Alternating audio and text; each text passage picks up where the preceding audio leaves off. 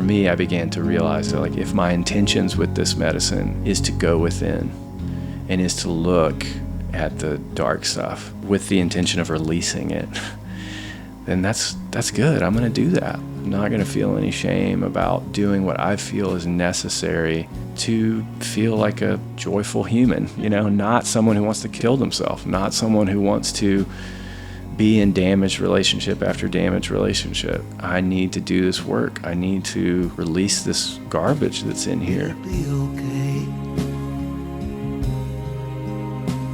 on the healing day. No more going astray. Hello, dear ones. Welcome back to Unbroken Chain. Man, this has been a really hard week. The heartbreak and the grief and the rage just keeps coming. I hope that this conversation, which is extremely transparent and vulnerable, can be an invitation into compassion and understanding that all of us are wounded in ways that we cannot usually see on the surface, and that the path of looking at our own wounds is a keyhole to recognizing and addressing in a very concrete way the wounds of the world. And that's a really worthwhile undertaking, and really the only pathway that we actually have control over. This offering is made with a lot of compassion and perspective on what totally overwhelming, heartbreaking times these are. I'm really grateful that you've chosen to be here with us today, wherever this conversation finds you. And I'm sending winds of peace into your lives. I hope that you're finding tenderness in yourself for whatever is arising as we confront really unrelenting horror, that you know and feel how strong you are to be here today, the current node in a lineage of survivors. Thank you. I love you. This conversation has been a long time coming. Daniel Fox and I sat down for a conversation. He is my partner and collaborator in the project of life. We've been doing that for 2 years this month, and partnering with someone is such a wild thing. Sometimes I zoom out and remember that what we've done here is find another human in this wide world of 7 billion people and decide to create a shared space, a shared reality. And sometimes I realize how easy it is to be lulled into a sense of entitlement. But what I'm learning from this relationship is that commitment is an ongoing process. It's a commitment from moment to moment to grow and learn in collaboration with another person. I have historically been a very independent person. I like to feel like I can slip away and be fine on my own at any moment. And I don't naturally trust consistency. Part of my trauma wounds are that constant excitement or the adrenaline of things feeling on the edge of falling apart are normal or where I should be.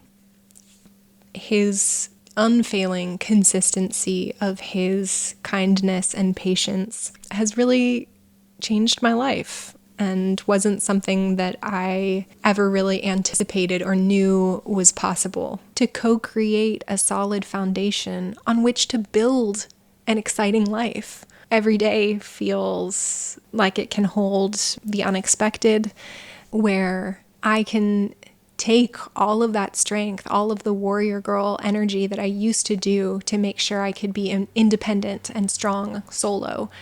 And I can now carry that to go into the world and take on a lot, to do the things that I really care about, to make myself vulnerable to the feelings in the world, to do the work on myself, the inner work that takes a lot of energy and takes like a safe space, to challenge myself. Like I need that to feel alive and healthy. And instead of the excitement from my life coming from interpersonal drama, it comes from that deep well of meaning. And creating that has been the most challenging and rewarding undertaking. I'm really grateful for the opportunity to learn about this and to trust that my too muchness is not too much for him. He's shown me that again and again. It can be a lot, and I'm really grateful for the opportunity to keep showing up with someone, with him. Some of you have heard him on this podcast before. He's sat in on many conversations with me. And this one today is really an exploration of his path to getting free. You know, all of us have our path with that. We come to this world as wide open, curious vessels, and the vessel gets filled up with the stuff of being human, a lot of which is not easy or beautiful or shaped by love. Daniel grew up in the evangelical church, and I think all of us living in Western culture, modern Western culture, have a tremendous challenge in the journey to reconnect to our own intuition, because the culture tells us to look outside of ourselves, to externalize God, to externalize authority. And I think that is only multiplied when you grow up in a very rigid religious paradigm. And so I really appreciate his perspective on the tools that he's sought to develop to kind of bushwhack his way out of those little boxes, which has included plant medicine and also just a lot of work, a lot of showing up, and a willingness to have challenging conversations, to not run away, to commit to community with people. And I love that he has made it his mission to create that space for everyone that he comes in contact with. I do want to make a content warning that we talk very transparently about suicide in this conversation, and also about violence towards children. I think it's really valuable here because we talk about the reality of those headspaces, which so many people experience, and also what it's like to find a way to integrate those experiences into a holistic sense of a healthy self. So I'm going to let Daniel take it from here. The sweetest lover man I know, Daniel Fox. So, why did you call this meeting today? Well, I guess you kind of called it in some ways too, called it in just by making a space available for so many people. You know, that shows me how much you care about giving people the space to tell their stories. Like, I've seen how much that helps people. I can tell when they are, because sometimes I'm filming with you and I'm in these moments with you where someone is pouring out their heart or, you know, telling their truth. And it's so good for everyone involved, you know. It's so good to be, like, in that room with them, holding space, you know, for them, with them, and then to know that many people are listening and gaining some sort of, like, new perspective on themselves and on other people and what other folks go through who may not look like them, you know, who may not have the same background as them. I've seen how safe that feels for people and how much it's, like, shifting so much negative energy around and, like, providing a space for folks to just get to know one another in a raw way without fear of judgment. And that's not really the world that I came from, you know. I didn't grow up with that kind of availability, and seeing it in people in our community, people that we come in contact with, seeing that rawness and that openness that not only you but other people that we find ourselves around provide that space for other people. It's like, oh yeah, I want that. I need that, you know, and I know a whole lot of other people that need that. You know, that's something that's coursing through my mind often as I'm going through shifts, my own shifts, is all the other folks in my life that I know don't have that space, don't have the space for healing and for recovery. I want that to be available to them. I see how good it is for myself and, you know, anyone that open space comes in contact with. I feel like it's kind of like the ultimate homecoming, to go out into the world and to choose to engage so intimately that you just discover within things that can look so different humans, plants, rocks, and discover some profoundly shared feeling in there. Yeah, that's the return that I feel to like what it means to be in a human incarnation and what we're doing here. And I agree. I grieve for so many people that grow up in culture that's forgotten that and disconnected from that, because it does feel so central to the project of like what we're all doing here. Yeah, in these bodies. Yeah. These human bodies. Yeah. That we've given names. Yeah, I'm learning so much from putting myself out there into the world, Once I felt more and more comfortable, for whatever reasons, whatever my reasons are since I was a kid, to be more, I don't know, explorative, just like all about adventure and discovery, even when that seemed like that wasn't allowed, still going for that. And that has been the thing that's allowed me to find people that would be teachers for me. It's like, oh wow, that's how people live. That's actually like, it's possible. It's possible to live like this. It's possible to view the universe in this way, to view all this creation or whatever you want to call everything that is, like to view it in these new forms and see that it's okay to explore new forms and ways of being in these bodies. I mean, there's no turning back now. Now I know. I think as a kid and teenager and young adult even, I was just like, this is all so dangerous what I'm doing, the stepping out. Like, I'm so fearful, like I'm not allowed to do this. So what was the paradigm that you grew up under? Why were you fearful? I was born while my parents were in seminary, so my parents met when they were very young, and my mom came from like a very strict and stern Christian household where there wasn't a whole lot of wiggle room to be anywhere outside of like the walls and guidelines of the church, of like what the American church. That was Presbyterian.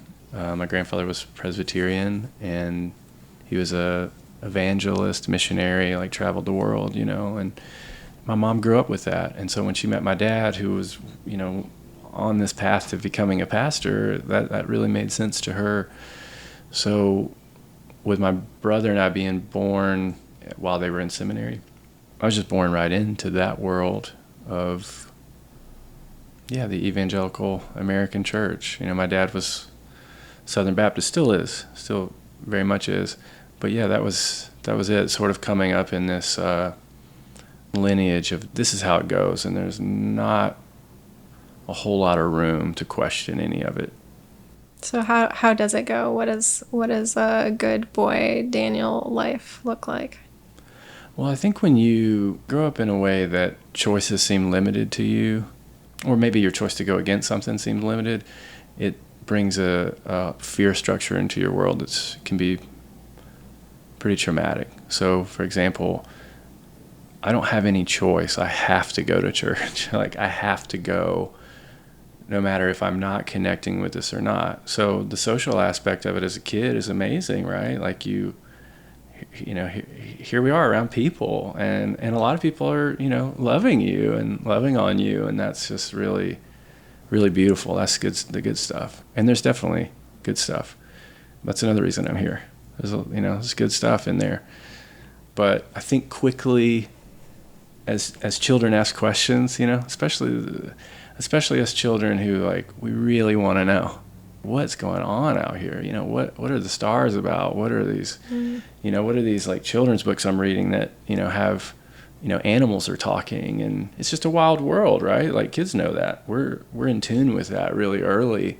So when all of those questions become answered by, there's one answer, and it's God, or it's Jesus, which is also the same thing.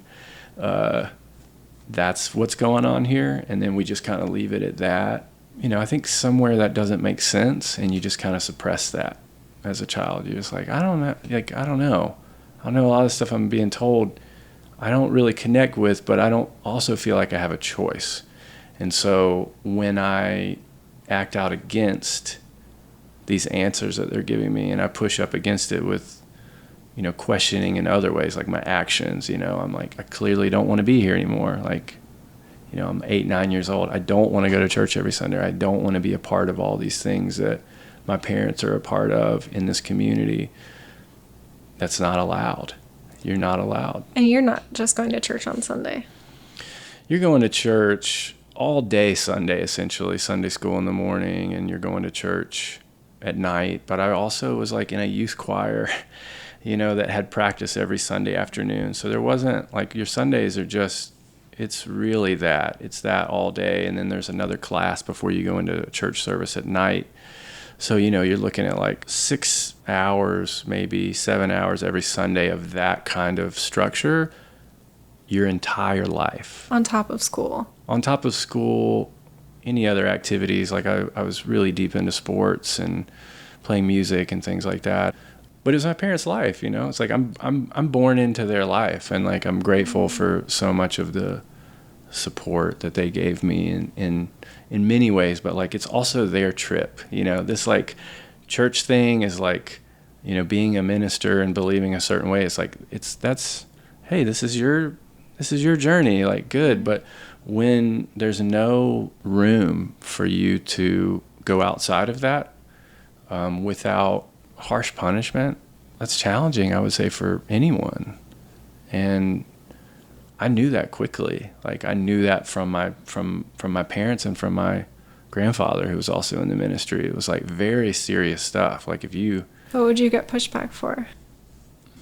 Oh, I mean, the type of music that you want to listen to, the way you want to like express yourself with your body, like what clothes am I wearing, how am I doing my hair, anything like that is like, whoa, you're a boy, and one day you're going to be a man, and this is what men do, and this is what we do in this container, like we dress like this, we look like this, and if you step outside of that, you're moving towards the devil. And then, when this idea of hell is planted in kids' hearts and minds, all the same thing. When it's planted in you, at like 3 and 4 years old, you're already looking at Sunday school books that have drawings of hell.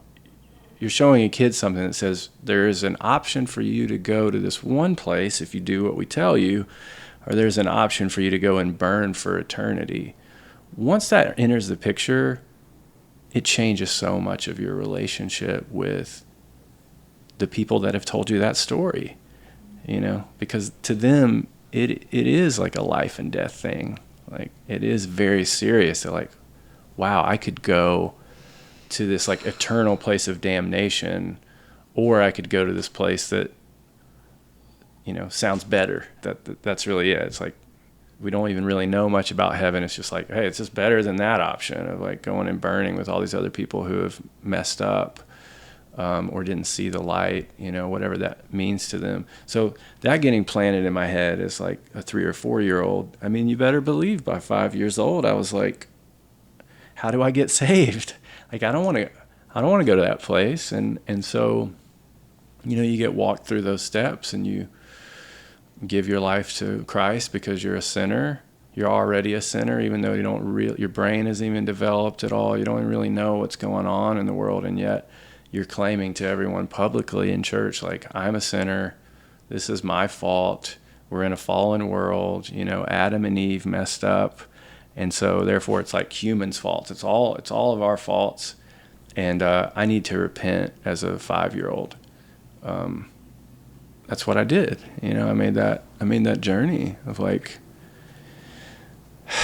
why I don't want to go to hell, and I want to please my parents. These are people that are showing me that this is really important to them, and they're helping save all these other people's lives, and I'm seeing that in the church. I'm seeing other people getting baptized. And your dad was he was the pastor of your church. Yeah, my dad was the pastor, yeah. yeah, so of course I want to, I want to show them that I'm, I'm on board, I'm with this, while knowing very little about what I'm getting into. I'm just like, I want to be a part. Yes, I want to be a part of this. Is what you need me to do. Don't cast me out into the desert. Yeah, absolutely.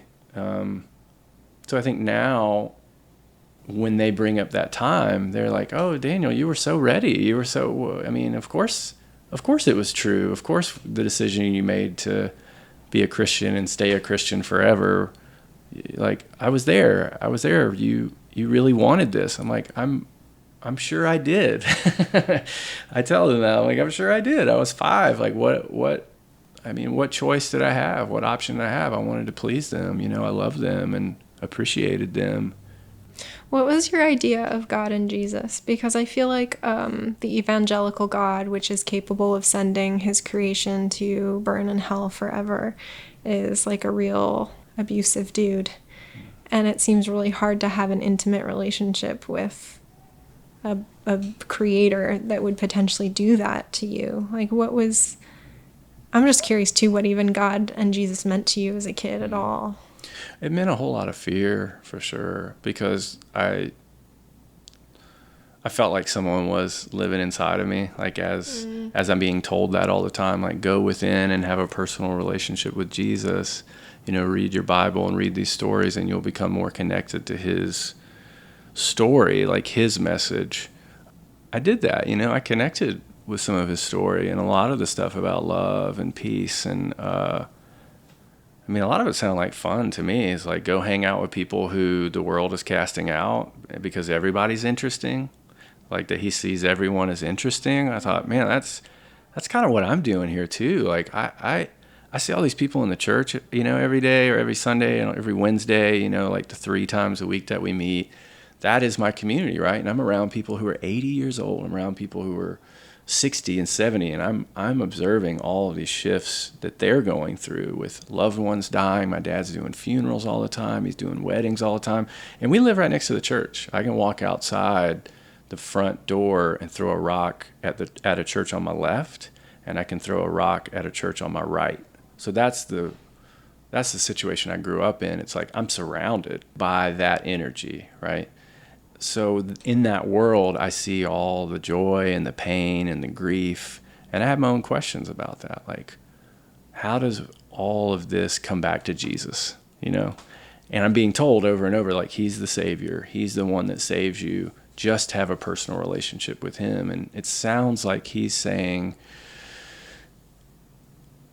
have a relationship with everyone, like have a community, like get to know people who don't look like you, who don't act like you, who have a different story than you. Get to know them, and that's living. Like, that's what this whole thing is about. That's what the kingdom of heaven is about. But yeah, I didn't fully grasp that as a kid, for sure. I mean, that came to me much later on a lot of reflection on that time and what Jesus's message meant to me. Definitely at that time, it was just a lot of fear. It's like, this is what we need to do. This is what we need to do to be okay. Because when you step outside the lines, it's like the guilt trip is so heavy. It's so intense for people in that world. It's like, oh no, I broke this law, that the Bible has laid out as like really important to not do these things. And apparently you can like have all the wars you want. You can be the king and have all the women that you want, but there's like these specific things that if you cross these lines, you got to repent, and you got to like beat yourself up, ask for forgiveness over and over and over. So I did a lot of that, I did a lot of doing like what every kid does, I would imagine, is like make mistakes, Jerk and off. like, yeah, definitely, masturbation, just lusting after girls, like, oh no, like I'm attracted to this girl, like I can't tell anyone about it, like, and if I do, like I'm going to get made fun of, or I'm going to be told, and I was told by my parents, like, oh, you shouldn't do that. You shouldn't have any interest in girls right now. You're too young for that. They can't be your friends, essentially. Like, they can only be your friend once you get to, like a marriage place with them. And so clearly that does some major damage to you psychologically about your sexuality and about being in relationships with someone that you feel attracted to, whether that be a boy or a girl. So what is some of the stuff you internalized and believed about yourself or believed about sex or? Well, I definitely bought really heavy into the True Love Waits movement that they kind of thrust upon us in the church, which is that as soon as you become a youth, they call youth like 13 to 18, like if you're in the youth group at a church like this, you're just being like berated with these books and lesson plans that are based on, you know, their form of sex education, which is don't have it at all at any cost, and, you know, abstinence from everything. So you just think like something must be wrong with me to be having, like, my hormones are just going nuts, you know, and no one at my school in the small town school that, you know, I'm in, they're all going to the church too. Like most of my teachers went to the church that my dad pastored, you know, or went to another church that one of my other friends' dad pastored. And so there's this fear about like what is being told to me in school and in the church doesn't seem to line up with how my body feels. You're telling me that if I think this way, like I'm wrong, and that I'll just grow out of that. That will just, you know, the more you get connected to Jesus, the more you won't want that. Oh, you won't want to have sex with anyone, you're you know, just until you're set up married. To fail. In so many ways. And I would say that many of my friends that have found each other, you know, in the last 10 years that came from that world, a lot of them pastors' kids, or parents that were deeply involved in the church. We have very similar stories of like, man, I was not ready. I was not given any tools to face the real world when it hit. Like I was told, like, here's the answers to life based on this book and this way of thinking. And this is what we do, y'all. You know, like just go ahead and get that 9 to 5 and keep coming to church and like punch your ticket to heaven. And like, that's what we're doing here. Meanwhile, so many of us, like in our 20s, woke up and we're like, man, one, that's just super boring. It's just not interesting to live that way, not asking questions and not doing a whole lot of critical thinking. And there's just not a whole lot of adventure in it. And I think many of us who sought that adventure found it. And it took a long time. I mean, I'm about to turn 40, and I mean, this has been a long journey. And I know that it's not going to end. There's so much for me to release from that time. But the sexual stuff definitely played a big part, you know, in just wreaking havoc on my confidence in myself. Like, you know, and I was bullied a lot too, growing up in a town that was all white, and not only just all white, just didn't want to have anything to do with anyone who wasn't white. So when I moved there as an 8-year-old, I didn't have that mindset at all. So it was really strange to me to wake up and be like, oh, this is where we're going to be. And we were there until I finished high school and got out of there. But that was a huge shift for me to go from being in a school where there's African American, Hispanic kids to now it's all white, and everyone is very much against anyone who's not white, like really out in the open. I mean, you're hearing things at school every day talking about minorities in a negative way. You're seeing it on T-shirts. And so as an athlete, like becoming better at sports, I got to a point where I was like, I'm good at this, you know, like I enjoy this, I'm good, but I'm surrounded by boys and men, you know, coaches who are all bullies, you know, and it's all toxic masculinity just being thrown around all the time. And a lot of that is under the umbrella of the church because they are all a part of it. All my coaches, you know, my coaches are like deacons at the church, which means, like, for those of you who don't know what that is, that's elders, you know, so they have some sort of say of what goes on in the church. And so I know that any move I make too that they don't like, that comes back to my dad. My dad hears about it, or my dad takes that on, my mom too, that image of like, we have to put a certain image forth to people that we've got it together. Like, we've got it all together. We're leading you people here, like we are the leaders. Of course we've got it together. When clearly no one does. Especially when you have 3 kids when you're really young, and then you move to a town where I know my parents didn't align themselves with a lot of stuff that was going on in that town. And they got swept up in a lot of it because, that's what happens when your community becomes people who are not inclusive. So I just had so much fear about what I could even tell my parents that was going on. Like, I don't think I can tell you how much I'm getting bullied and how much I don't really think sports is for me, even though I really enjoy the game. I enjoy playing, always have, because it was one of the things that was just handed to me. They would tell me that, like, oh, that's all you wanted to do was play sports. I'm like, but that's all you put in front of me. Once they put music in front of me, that's all I wanted to do too. And I'm really grateful for that. But I think it's, we have to take a step back and realize, like, what space we allow for kids, they're going to take that up. So if they're like, this is what my parents, this is the opportunity they're offering me, is to play this or that, or to connect with nature in this way, to connect with music in this way, I think kids are going to do that. So when I meet people along the way and they tell me their story from their childhood, and they say, like, at an early age, my mom or dad was taking me hiking and taking me to museums and taking me around the world, whatever it is, I can see that in them. I'm like, yep, I see where that was fostered at the beginning, because you were given this opportunity to do this thing. And I think at some point, the sports thing ran its course for me. I was like, yeah, I might be really good at this, but I don't care about something that isn't really deeply in my heart what I want to be doing. It's what I felt like I had to do to please a lot of people and to please myself. Like, I thought that was where I was getting self-reassurance. Like, hey, as long as you're good at this, you can kind of be bad at these other things, because people really care if you're good at this one thing.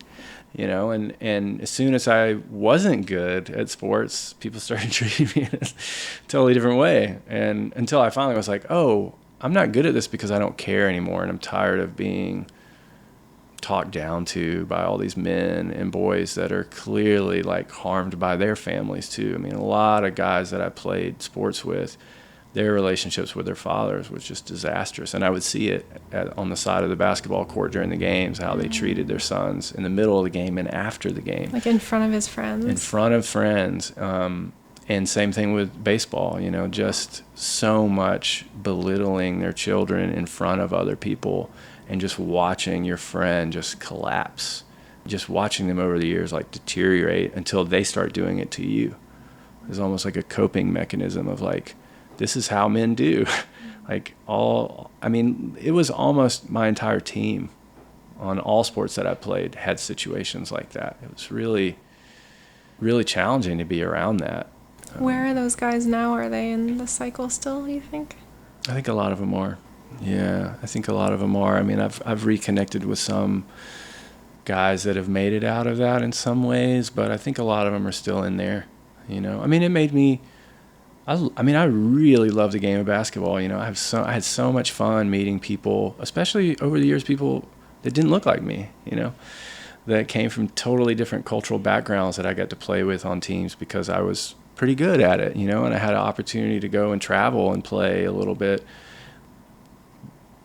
But I realized at some point in my life, as I got a little older, that this is not this world that's been cultivated from these sports of, like, the money that's involved, the pressure that's involved, the masculinity, this, like, it's just male dominance that, like, takes over the sports world, and that trickles down into everyone else's life. I started realizing that, like, oh, people care way more about the outcome of games to teams that they feel an allegiance to. They care way more about that than any sort of social justice issue that's happening in or around their neighborhood, even in their church community.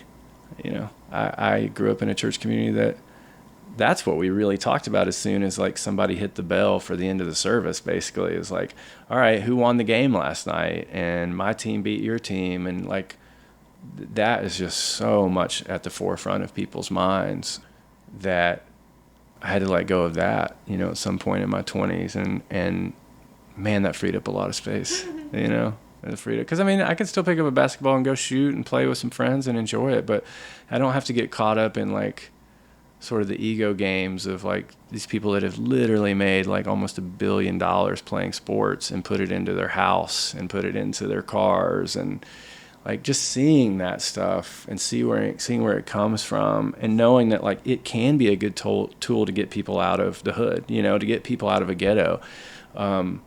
Those stories are really empowering to me, seeing folks like be able to come from nothing and play a sport and be able to transform their life. But unfortunately, a lot of the people that are in power of these sports, they just make this all about money, all about what you have, about material.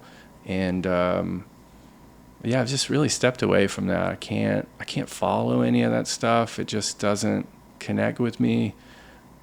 But it was there for me in times, and I'm grateful for that. What about, was there any like cognitive dissonance with black sports stars in your racist town? Like, did people look up to like Jordan? And that's a real strange thing, actually, that was going on in my town, and I'm sure many other like white small towns in America. This thing of especially in the 90s when like hip hop music became culturally like really accepted, even though of course the right and Tipper Gore and Al Gore and all these people that came up against like letting black people speak freely, okay, so here comes hip hop and they're just saying whatever they want to say. I ate that up. I was like, whoa, look at all this freedom. And man, I know nothing about this. Like who was coming through? Oh, people like Tupac and Dr. Dre and Wu-Tang Clan and Tribe Called Quest, Public Enemy, hearing their stories and seeing it too, being able to have access to TV while my parents weren't watching, go to a friend's house and you see these videos or you see these films where, wow, this is actually how people are. Everyone in my town is telling me that they're the problem. They are the problem. And if they would just come to this side, everything would be fine. I started to kind of call bullshit on that at some point, in my early teens of like, whoa, I'm connecting with these people more than I'm connecting with you. Folks that are, bringing this hip hop music, speaking this truth. But yeah, so Michael Jordan is huge during this period. A lot of like black athletes are becoming really popular. And yeah, what I saw was this weird tension of I want to pull for this person because they're on the team that I like when it comes to on the court or on the football field or on the baseball field. But as soon as they speak their mind off of that field or that court, I don't want to have anything to do with them. Like they're not like us, and they're wrong, and they're the N-word, and they're this or that ugly stuff. I definitely hear that a lot, especially with sports teams that I followed with friends. We all like, the Bulls. We like Jordan and Pippen and Rodman and all these guys. And as soon as one of them steps out and says something, well, now they're, just shut up and play. Just shut up and play basketball. And yeah, I never really understood that. I had Michael Jordan posters on my wall. I had other black athletes posters on my wall, which I'm glad that my parents allowed me to do that. And they let me put a few, of my favorite bands up on the wall. But I don't think they really knew what that music was doing to me. They didn't realize that I was really listening, and I was reading the lyrics, and I was watching these videos and watching these films that were shifting my consciousness like over and over. What are some of the key things that were really breaking through? Well, music for sure. Again, credit to them. They played the Beatles for me at a very young age, and like later Beatles, where the Beatles had really done a lot of psychedelics at this point. They had done a lot of sifting through the pop music world and had found a way into like really speaking their mind openly. And that's what they were playing for us, like at a young age. And I really connected with that. I just thought, this feels so fun and free. And so, yeah, as a teen, more of that just flooded in. I mean, early 90s is when this like grunge explosion happened, and this kind of new wave of rock and roll music is passing through America. And I was right on that wave. You know, I played drums. Like, I want to play drums. I want to play rock and roll. You know, I want to look like these people because they seem so free. Not just like, oh, it's about being cool. I was just like, man, Kurt Cobain seems really free. Like, Eddie Vedder seems really free. Billy Corgan seems really free. You know, Liam Gallagher seems really free. And though I may not connect with a lot of those people anymore, you know, like I did at that point, it was just a tipping off point of like, oh, wow, they look kind of like me, and they're having a lot of fun, and they're not taking any shit for it. They don't care. They're just like, you have a right to be yourself. That broke through for sure.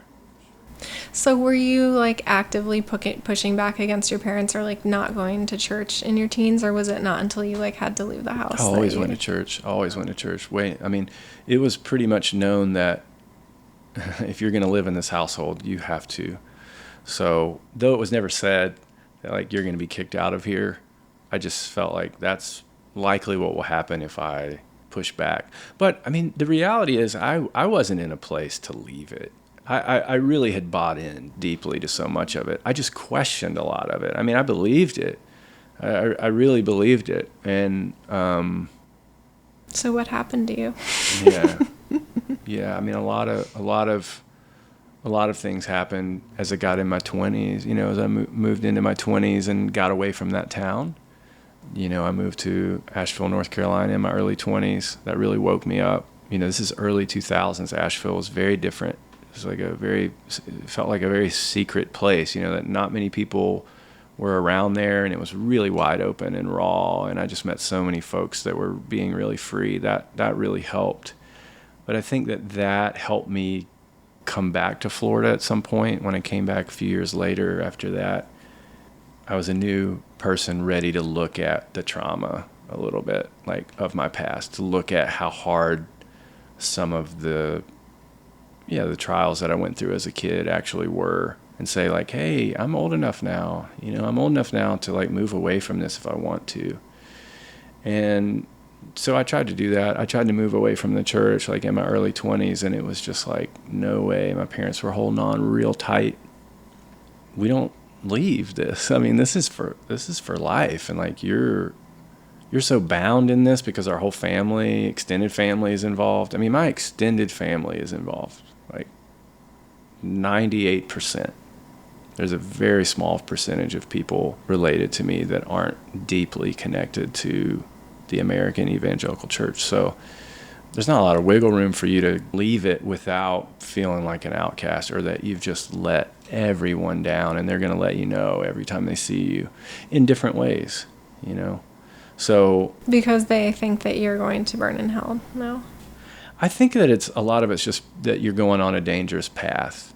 Like, I don't think it's so much like, oh, you're going to hell now, but more just, we don't do this. We don't associate with people who look like this. Or so example, I'm starting to hang out with friends who are not white and they're not Christians, and that was a no-no. It was like, we don't do that because they're going to negatively influence you. And so I was letting these influences of people that came from different religious backgrounds or came from other countries, all of a sudden they're in my immediate community. I'm living with one of them, a roommate of mine, and they're teaching me things I knew nothing about, but that actually really make sense to me. And so when I realized that the church was going to keep shunning that, yeah, it sent me to some really dark places.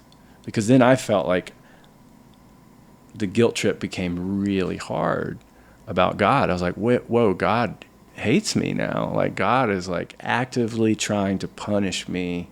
That's what people are carrying around. That's what's can be so negative about the church, is that so many folks are walking around right now feeling as if God is punishing them for so many little things that they've either done in the past or done today. And you play that game with yourself over and over of like, oh, this pleases you, God, I'm gonna do this little thing, so maybe you'll forget about this other thing that I did. So that as soon as something positive happens in your life, you immediately get, oh, well, that was God, I'm gonna give God credit. And then as soon as something that happens like it's really negative in your mind, someone passes away that's close to you, or you lose a job, or like you get a divorce, or just these really big life altering moments, you then say, well, I think that's God punishing me, or that's God's plan, and I just kind of have to roll with it. And that's what I was doing. I was just kind of rolling with all this negativity, putting it on myself, saying like, oh, that this is my fault, all of this is my fault, and I think this is the way it's always going to have to be. Like, I kind of bought that, like, oh, it's never going to change. It's just never going to change. We were talking the other day about that mega church pastor guy that killed himself in the last couple of years. He was like young and had a family, and you were saying that you felt like maybe what had happened is he'd done something, or something had happened, or he'd had a thought or something that he felt so bad about. It was like there's no way to come back from it. Like, it's almost like the stakes are just so high and so black and white, like you're a good person or you're fucked forever, that like who could live that way? The stakes are really high when again you plant the idea of hell into someone's mind, and that God is this judgmental over and over, and he's this kind of, in my mind, like become like this tyrant in the sky that sits in his tower and condemns people to this or that based on just very arbitrary things, that just happen in this world. It just happened. Things happen, and then we're going to give over the power to some entity that likes these people over here who have all this stuff built up over here, and all these people who don't have anything and are living this certain way. Oh, he doesn't like them at all, and he's gonna make that known over and over and over. I would imagine that so many people that carry that make that choice to not carry it anymore, and I didn't want to do it either. Like I spent most of my latter 20 years wanting to kill myself. I literally woke up several days a week with suicide on my mind, not even thinking about like I'm going to get a gun or hang myself, like going and getting things and setting it up and even having it remotely around me, but just the thought of like, I think it would be better to check out. It just feels like it'd be much better to just let all of this go instead of facing it, because the mountain seems so high at this point. And I feel like maybe that's what, this man that you were just talking about, that could be that, like when something happens that you feel like, I don't know how I can fix this in this world that's been constructed around me that says you have to walk within these guidelines. And if you feel like you can't walk within those guidelines to fix it, I mean, get ready for dwelling in the darkness for a long time. And I didn't want that, So I guess I started seeking community out, and thankfully community brought me cannabis. They brought cannabis into my life, and that really was the catalyst, I think, to really jumpstart any sort of healing, any sort of connection to my past in a way that wasn't negative. It made me look at my past and like really cry about it, cry it out, and have some grace for it. And it gave me a sense of wonder again, like, oh, I can start over. And cannabis is it's been through the ringer in this culture in terms of how people view it. And I think for a while before I did it in my mid-20s, I had like the the dare culture that I was brought up in, with Ronald Reagan and George Bush Sr., just pushing so hard in the schools that like every drug is awful and which translated in the church, like it's sin. And it's like it's a bad sin, you know. It's one of those like real bad ones, kind of like sex. So they take that from you. They take like even alcohol, you know. It's like I didn't touch that for so many years, just out of fear, just straight like guilt, like, oh, I'm going to deeply hurt God's feelings. And when I finally gave up on that, it was just like, fuck it, like I'm doing this, like I'm gonna smoke this. Were you like, this is what this was all about? Yeah. Oh, same thing with sex. You know, when I had sex for the first time. How old are you? Oh, like 24. I mean, just so afraid. Like, I can't do this. Like, I have to wait till I get married. And, you know, it's like, whew, so glad I didn't do that. Which so many people that I grew up around got married because of sex. Like, they wanted to have sex. Just like we all do, you know, just like very naturally, like want to do this. And then they marry someone that they have no business being with because the sex drive is so strong. And you're told that like you have to do it this way. That's the godly way to do it. And then you get in there and you do it. And so many of my friends would come back to me later, you know, years down the road with the same spouse and say like, I never would have chosen to be with this person for life, and probably not even to have kids with, if I would have had sex with them before marriage, if I just would have gotten so much of that stuff out of my system. So I think that is happening in that culture, like high volumes of that. There's so many stories in my web of people that got caught in the like getting married at 21, 22, just strictly based on I need to have sex, and are waking up at 35, 45 with divorce or just really difficult, strained relationships with a spouse. And some of them have done some healing too, which is great. But I think that came through to me once I did things like have sex with a few different people, you know, over a few year period of time, and smoke cannabis, like doing these things that were so outlawed in my world that, oh, whoa, here we are. I'm still fine. I'm fine. Everything's right. fine. I did this and like, wow, actually I feel great. Actually, I feel really great and way more connected to other people and way more connected to myself. And I'm starting to see what a lie all of that is. I'm really starting to see that I can probably question more stuff that I've been told as fact. The slippery slope. So when did you really like make it clear to your parents that you were on a different trip? And how has your relationship with them been? It was really, really challenging throughout my 20s. I mean, my entire 20s were sort of riddled with misconnection with them. Like nothing is connecting. We're not seeing eye to eye on really anything. I'm growing my hair out. I'm getting tattoos. I'm playing rock and roll music. You know, just hanging out with people that, again, they just would associate that with negativity. Like, these look like people who might have been to jail before, and we don't. We don't do that. You know. Oh no.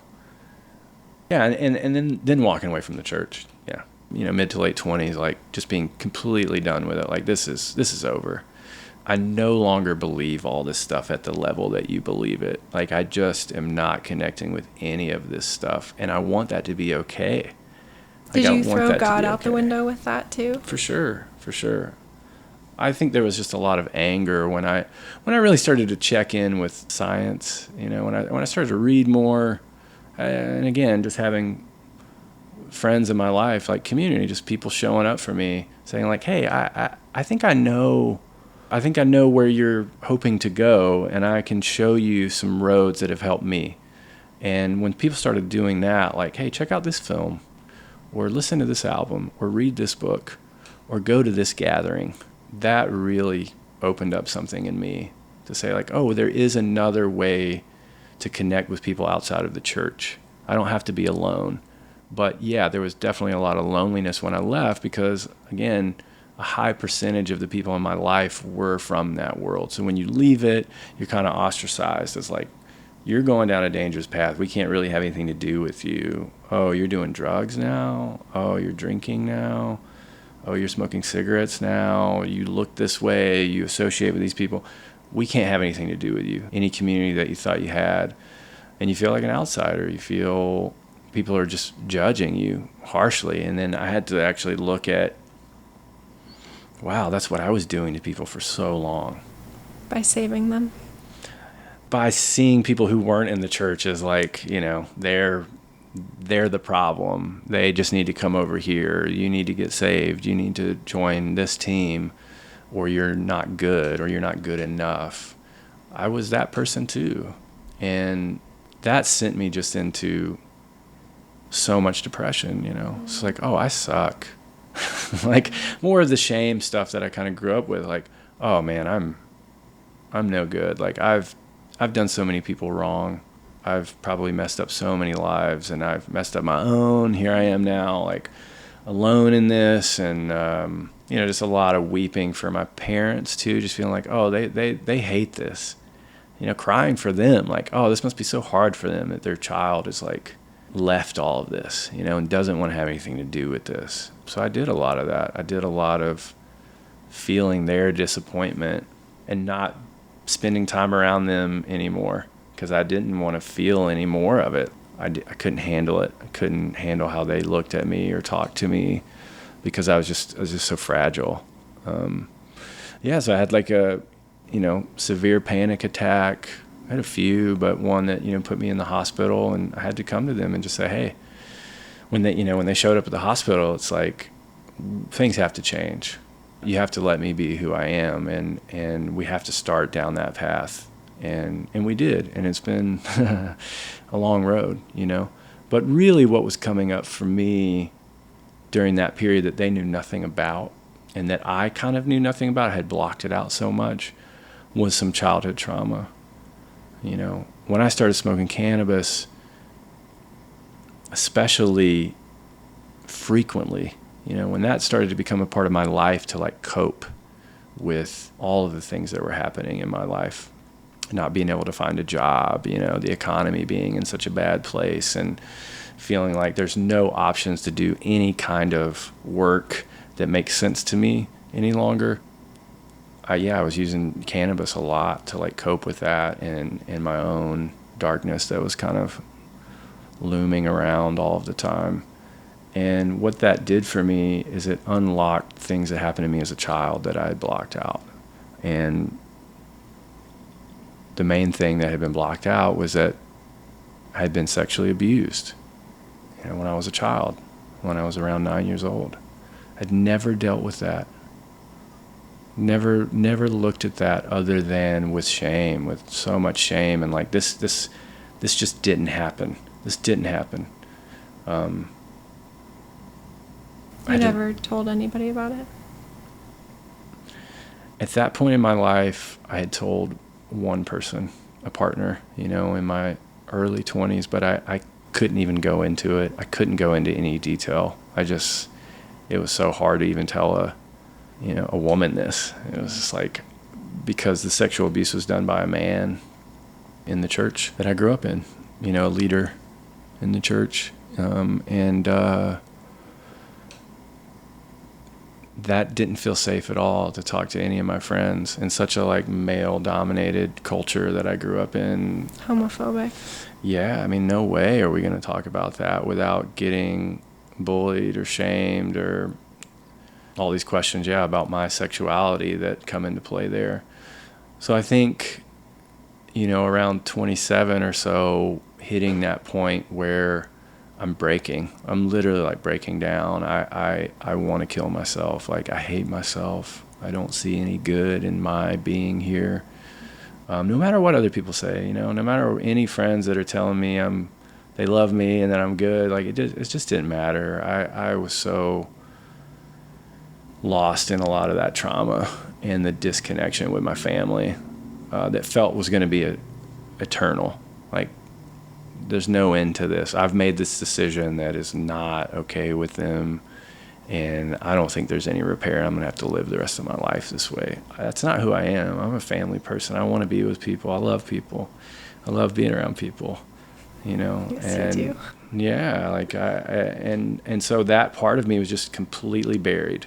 It was just being completely buried to the point where, why live? Why live? And also, like, who is giving me the space to talk about this stuff? openly, you know. Yeah, I could talk to a few friends about it, you know, for the first time, two of my close male friends, you know. I talked to them about it in my late 20s, like when that really came up. They were the first people that really talked in depth about it. So yes, they listened and they were available, but I just mean like in a community, like in the bigger web that I was a part of, there felt like zero room for that. When cannabis like opened that memory for you, like how are you looking at it in a new way? What was your experience of it? I started to have a lot more forgiveness for myself at some point while looking at the trauma that was inflicted on me, you know, by a man who was 20 plus years older than me. I think for a while it was my fault. You know, I just always saw it as like, you messed up. You allowed this thing to happen, and you just have to suffer those consequences. Like, you should have never let this person, you could have said no. You know, you could have said no and you didn't do it, and now you got to deal with it. I mean, cannabis really helped me deal with the fact that I was a child. You know, like, hey, you're 9.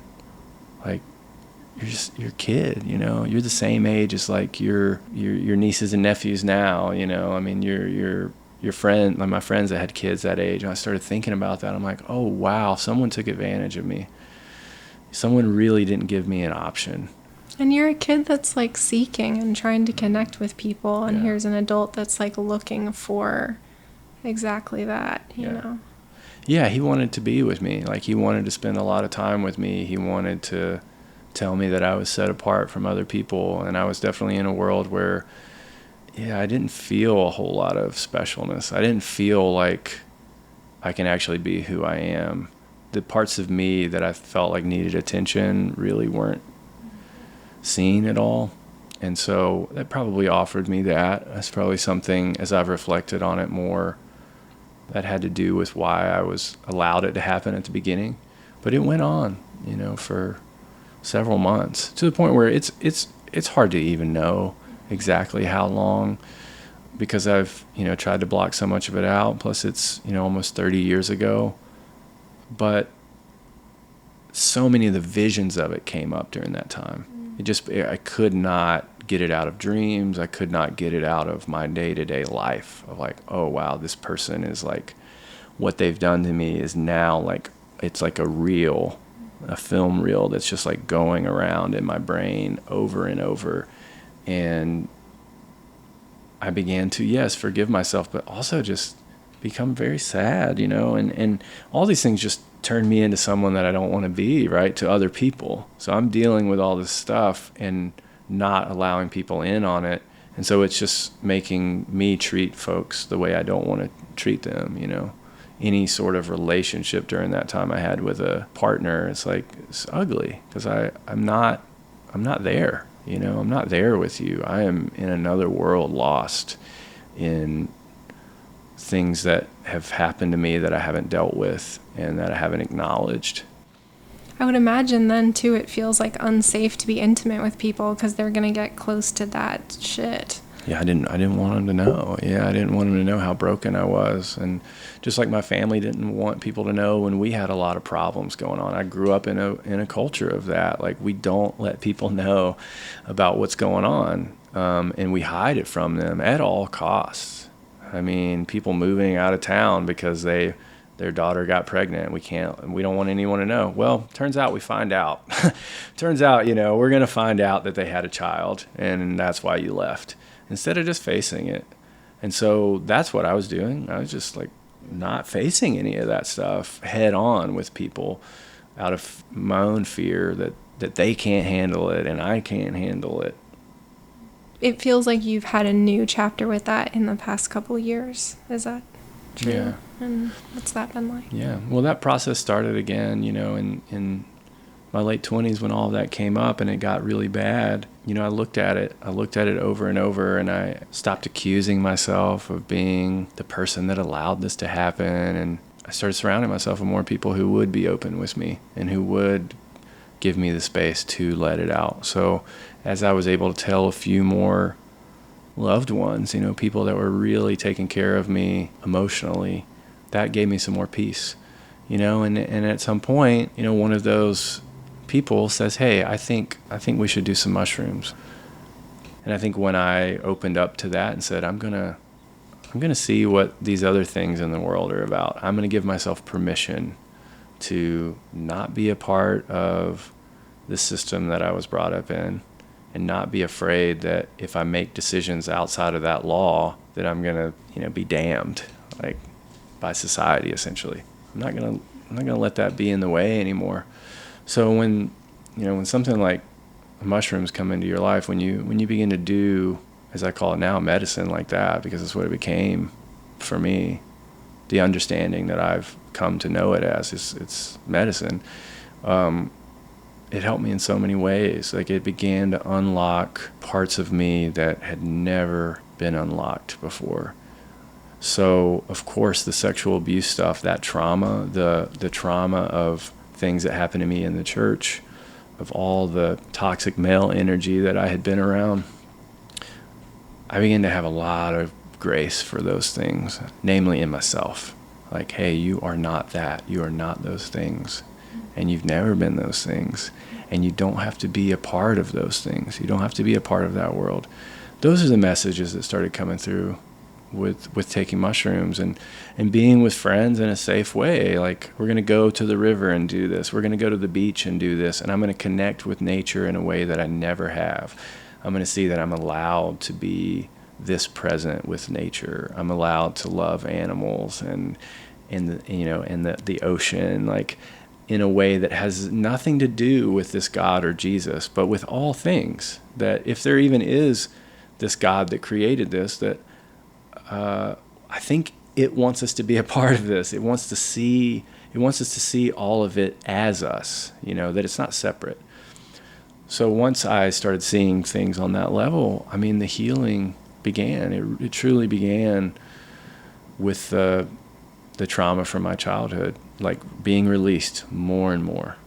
And the more I was able to start looking at, doing surgery on myself, like, hey, pull that out of there. That's no good. Like, you can look at that. You don't have to be afraid to look at this anymore. And I had to look at some ugly stuff. I mean, this man, that took advantage of me, did some really awful stuff, to my body. And I had to live with a lot of those images for a long time, and then become really afraid of him. Like, he's still out in the world. Like, I didn't tell anyone about this. Who is he doing this to right now? Is this still happening? Why am I allowing that to happen? Why can't I go to someone and talk about it? Going down this road with psychedelics, it helped me look at that stuff in a new way and say, I can talk about it and I can be open about this. And yes, this doesn't need to happen anymore. Like, this happens way too much. And I know I'm not the only one. It's very clear these days that so much of this has gone on for a very long time. And I'm ready, I'm ready to talk about it. So that began to happen through my use of psychedelic experiences.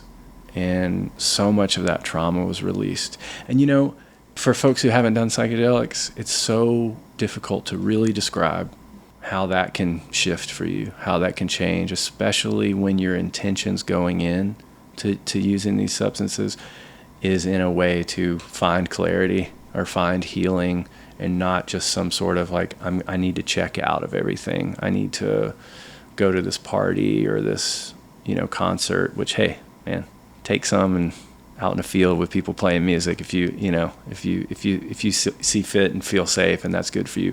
I'm also saying that for me, I began to realize that, like, if my intentions with this medicine is to go within and is to look at the dark stuff with the intention of releasing it, then that's good. I'm going to do that. Like, I'm going to do that more and more, and I'm not going to feel bad about it. I'm not going to feel any shame about doing what I feel is necessary to feel like a conscious, like, joyful human, not someone who wants to kill themselves, not someone who wants to be in damaged relationship after damaged relationship. Like, I need to do this work. I need to release this garbage that's in here, and I'm allowed to do it. Once I stood in that confidence with it, things really began to shift in all of my relationships, because it became about repair. It became about, like, the ego has been in charge for way too long, you know, in all of these relationships that I've been involved with. I need to humble myself, you know, and see my parents as people who are just doing what they feel is right and have made a lot of sacrifices for me, and that it's not their fault. The things that they brought me up in as a kid, like the things that they punished me for that had lasting effects, like those things began to just fall away. And I could see them as me, not as like a parent or this person above me and I'm below them and their dad and mom. It's like, no, you're me, you know, I'm you. We're all going through this together, and I can love you because I see you now, you know. It allowed me to see my parents in a whole new way, like truly see them and be able to look them in the face and say, none of this stuff matters. None of the stuff that I was holding grudges over you about for years, like, none of that matters to me. I couldn't do that before, but it unlocked it. It unlocked it for me, and there's been no turning back. There's been no turning back since that time. You're so beautiful. So how do you think about the harm that was caused now? Like, how do you think about, you know, your parents spanking you, or about what this guy did to you? Like, how do you hold that? They were doing what seemed right to them, and the society and the system that they were raised in made all of those things okay.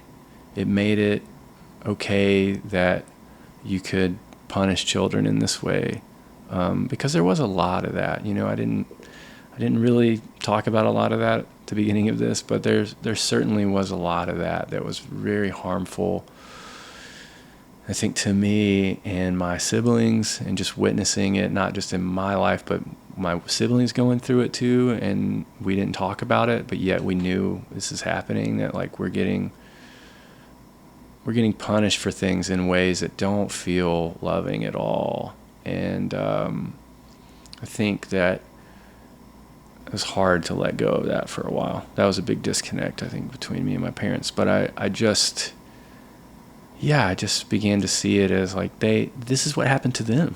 This is how their parents did them, and that's likely how their parents, as I'm finding out now with having a more open relationship with my mom, this is what her dad went through with his dad. This is just a cycle, and I'm here to break that. You know, we got to break that. We got to be able to talk about it, and we got to be able to acknowledge that our parents, especially that baby boomer culture that so much of our generation likes to talk shit about, you know, me included, we have to see them as like people that are dealing with an immense amount of trauma too. They're just dealing with so much that they never talk to us about. And I feel like trauma wasn't even a concept for them. No, not at all. Not at all. And so that's why it's so foreign when we bring that up. When we want to dig into this stuff, it's really difficult for a lot of those folks from that generation. It's really difficult. They weren't given the permission to do that, and it was just seen as so much weakness.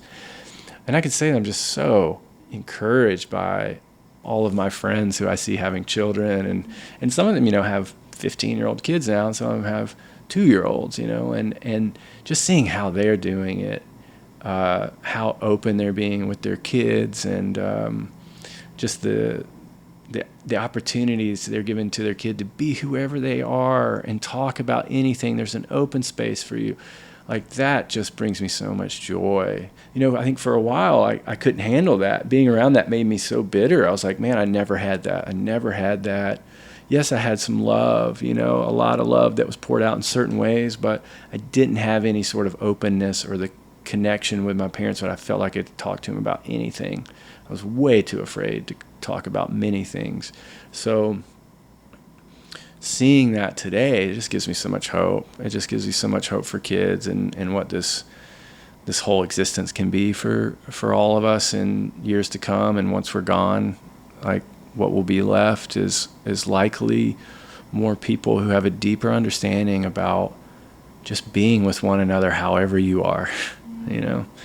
And the same with the earth, you know, being more connected to the earth. I'm seeing so many more folks who are really passionate about getting closer to the natural world. And I'm on that path, you know. I'm not looking back.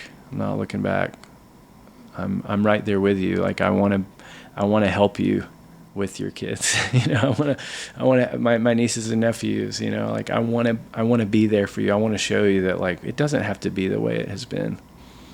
You know, we're not doing that anymore. You know, we're going to talk. We're going to be open. During this pandemic, I'm feeling that more and more with people.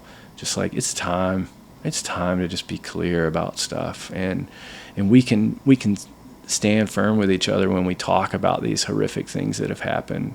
We don't have to shame you for it, and it doesn't have to become about something else. You know, oh, your motivations are this or that. It's like, no, how about people just want to be real? They just want to pour out their heart and be seen as like a human, like as a real person who's just dealt with a lot of things. I want to provide that space for people, and I'm so grateful for people that have done that for me. I mean, it's just completely transformed my life and made me want to be alive. Made me want to really be here, you know. I'm glad you're here. You know, as far as the stuff with how was I able to look at what was done to me as a small child with being sexually abused, I have so much more grace for the man who did what he did to me. I've given so much forgiveness at this point, just in my own way, you know, called out that forgiveness to him, that it's okay. I know that you were doing something that likely was done to you, and you didn't feel any freedom to talk about these things that were calling you, that you felt like called to do, that felt just natural to you. Because he showed me other pictures. You know, he wanted to take pictures of me, and I wouldn't allow that. And he showed me pictures of other boys that he had done stuff with, and I couldn't do that. But it let me in. What it did for me at a young age was it let me into like how people are. It's like, oh, whoa, like I thought people were this way, and like this is how we treat each other. This is what we do. Like, I kind of looked behind the curtain a little bit, you know, and I also saw what my dad was going through as a minister. I saw the behind the scenes as a kid that was really ugly. What do you mean? The politics of the church, you know, this is how it has to be from the old guard, and my dad wanting to kind of push things and try new things and not feeling allowed to do that, and him feeling like really sad and stressed about his life and the pressure that he was under. I would hear about it, you know, through the wall, you know, through the talks with my parents, or just like in his demeanor, you know, that he just was very unhappy for a lot of that period. I was really connected to that as a small child. I feel like I already knew, like, man, something is just off here. People are not being really open and honest with each other. And so being able to look back at that time and just say, man, no, like, what am I going to demonize these people? I'm just going to like let them live in my mind eternally as people who are just really fucked up, and they're the problem. It's all their fault. You know, it's all their fault. It's like, man, they've had a lot of trauma done to them. They've had a lot of things done to them that are, I'm sure, things that they hadn't been able to work through at that time in their life. And, you know, for my dad and mom, you know, I just came out to them about this recently. You know, first time. It took me a long time. It's a long time to carry this kind of stuff around, but you can imagine why. I mean, for them to gain this knowledge of what happened to their child, like under their watch, you know, like in the church, like right next to our house, this is happening. This is going on for months on end. I just didn't want them to know. I didn't want them to carry that burden of like, that I'm making it into their fault, like it's their fault. And I knew that they would take that on because they did want to protect me. And they did in a lot of ways, they didn't allow me to do a lot of things because of the protection that they wanted to have from me in the world.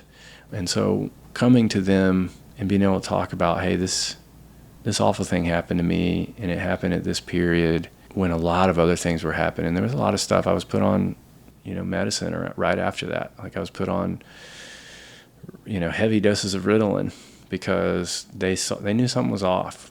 They knew something was going on, and I just wasn't able to connect in school. I just wanted to learn in a very different way than what was being provided for me. And I didn't feel very safe in a lot of the structures, and I didn't know how to talk about that. So yeah, I acted out. What did that look like? I mean, just not doing what teachers want you to do, and the teachers go to your church, and so once they tell your parents and they're not happy about that, how that makes them look, then it's like, well, we better put that kid on medicine. We need to get him straightened out. And I know they were conflicted with that. My parents have told me that later, that it was conflicting for them to make that decision. But at the time, in the 90s, that's what was happening to kids. You're just getting everybody's, you don't like sitting at a desk 8 hours a day? You don't like, talking about the same subject all day, or sitting in these like really small desks that really, to be honest, like gave me a lot of back damage that I still am carrying to this day. I had a lot of those issues too that I went to the doctor for. So I just got put on medicine. It's like, this is how we cope. This is how we deal with it. We're not going to look at any of this stuff head on, and we're not really going to hear from you. You need to trust us. And so I went down that path, and that was a dark path too. The coming off of that medicine in my early 20s kind of put me into a lot of that depression that I talked about. Why is that? Why did what do you mean? Why did it put you in a depression? I think I lost touch with myself. When you get put on that much, like Ritalin and Paxil and things for so many years, like I think that I didn't know who I was anymore. It was like, turn off these feelings. Take this to turn off how you're feeling. So when I stopped taking it and I turned back on to who I am, I don't know who I am. I don't know how to deal with any of this stuff. And then I'm being told over and over, well, let's just take the medicine. Just keep taking it. As I tried to take it again as an adult, it put me in a place of like wanting to kill myself too. Like a lot of people have dealt with that. I think being on the wrong medication, or being on this like, these pharmaceuticals that just make you nuts. Like you totally lose yourself. I mean, unable to deal with anything, unable to deal with day-to-day simple tasks. Wow. Like numb?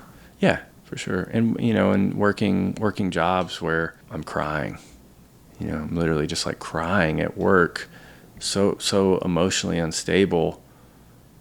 And I get off that medicine and I'm like, whoa, all that's gone. But now I got to find a new way to cope. And clearly like cannabis and mushrooms and things like that came into my web that helped clear me of a lot of that stuff. But to get back to my parents, I'll just say that I just have so much grace, and I've been able to share that with them, that, hey, I know why you put me on that medicine. Like, I know why that felt right to do. And I don't hold that over you, but you need to know that it caused these things. It caused this chain reaction of things to happen in a way that I'm still dealing with, that I'm still reckoning with. And once I got off of it and went on my own path, that's why we are here right now. That's why I'm able to look you in the face and tell you that when I was distant from you for a decade and maybe you didn't feel as close to me, it's because I was going away and doing this work with these other medicines and with these other people that would help me come back to you with so much more love and like gratefulness for what you did for me. How you were there for me in so many moments. And I can start seeing that. I can start gravitating towards like, wow, look at that love that you gave to me. Look at these moments that are so special to me. Look at the community that you brought me up around. Instead of like, oh, they were awful, I can go, oh, wait, look at all these amazing women that were in the church that were always telling me in so many ways, in their own language, letting me know, like, I see your feminine side, and that's allowed. I see how sweet you are. I see how open you want to be, and you're allowed to do that. They showed me that in different ways, whereas like a lot of the men in my life, that wasn't available. There were a few. There were definitely a few men, and I'm very grateful for them to this day. but it was a lot of women. And so I'm grateful that that happened. I'm grateful that my parents allowed me to be around people who wanted to love people and who actively did love me, because that stuff stuck in there. And I thought, like, that's what I want to do. You know, it was the same thing with my grandfather, who was the missionary who traveled the world. Well, eventually I got to travel the world with him, and it was awesome. I didn't want to do a lot of the stuff that he wanted to do, but I saw the part in him that loved the adventure and loved meeting new people and loved loving them in his own way. I can do that too, because look, I grew up seeing all these photos of the world, 35 different countries that he was in his lifetime, and his stories. He wrote a book about, a lot of his travels and almost getting killed by the Secret Service and the, behind the Iron Curtain in these communist countries in the 70s and 80s. I hear all these stories and I think, like, man, what a life. I want some of that.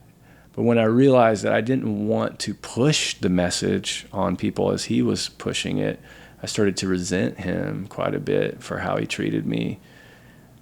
I let go of that. I came back all the way around and just said, oh man, like, how about I look at how he offered a space for me to travel with him and for me to see these new cultures and for me to want to love people in my own way. I began to see that with my family more and more recently. I feel like too, like as I've watched you carry that energy more and just, you started this long before I started witnessing the process, but like shedding needing to perform any kind of way in front of them and being yourself.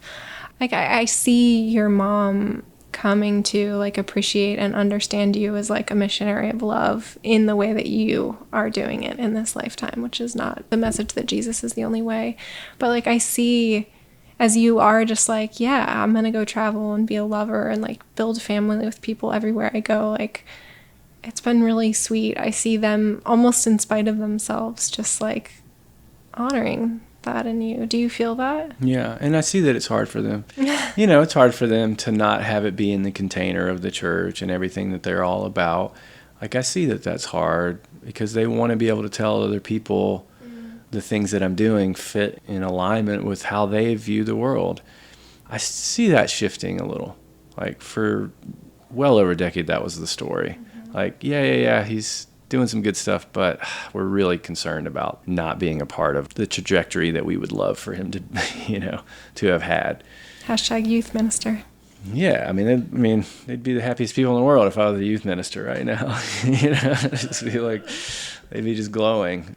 Can you talk on that for just a second? Because I really like the way that you talk about like power in the church being like a fast track for people that are seeking, kind of like the way that somebody that has violence and control issues might be like, oh yeah, being a cop sounds pretty great. It's like leadership in the church just kind of is this golden carpet for men. Yeah, I'd love to talk about this because it's all around us. Like, here we are right now in Birmingham, Alabama, which you and I never thought we'd be here, but that's kind of how our life is anyways.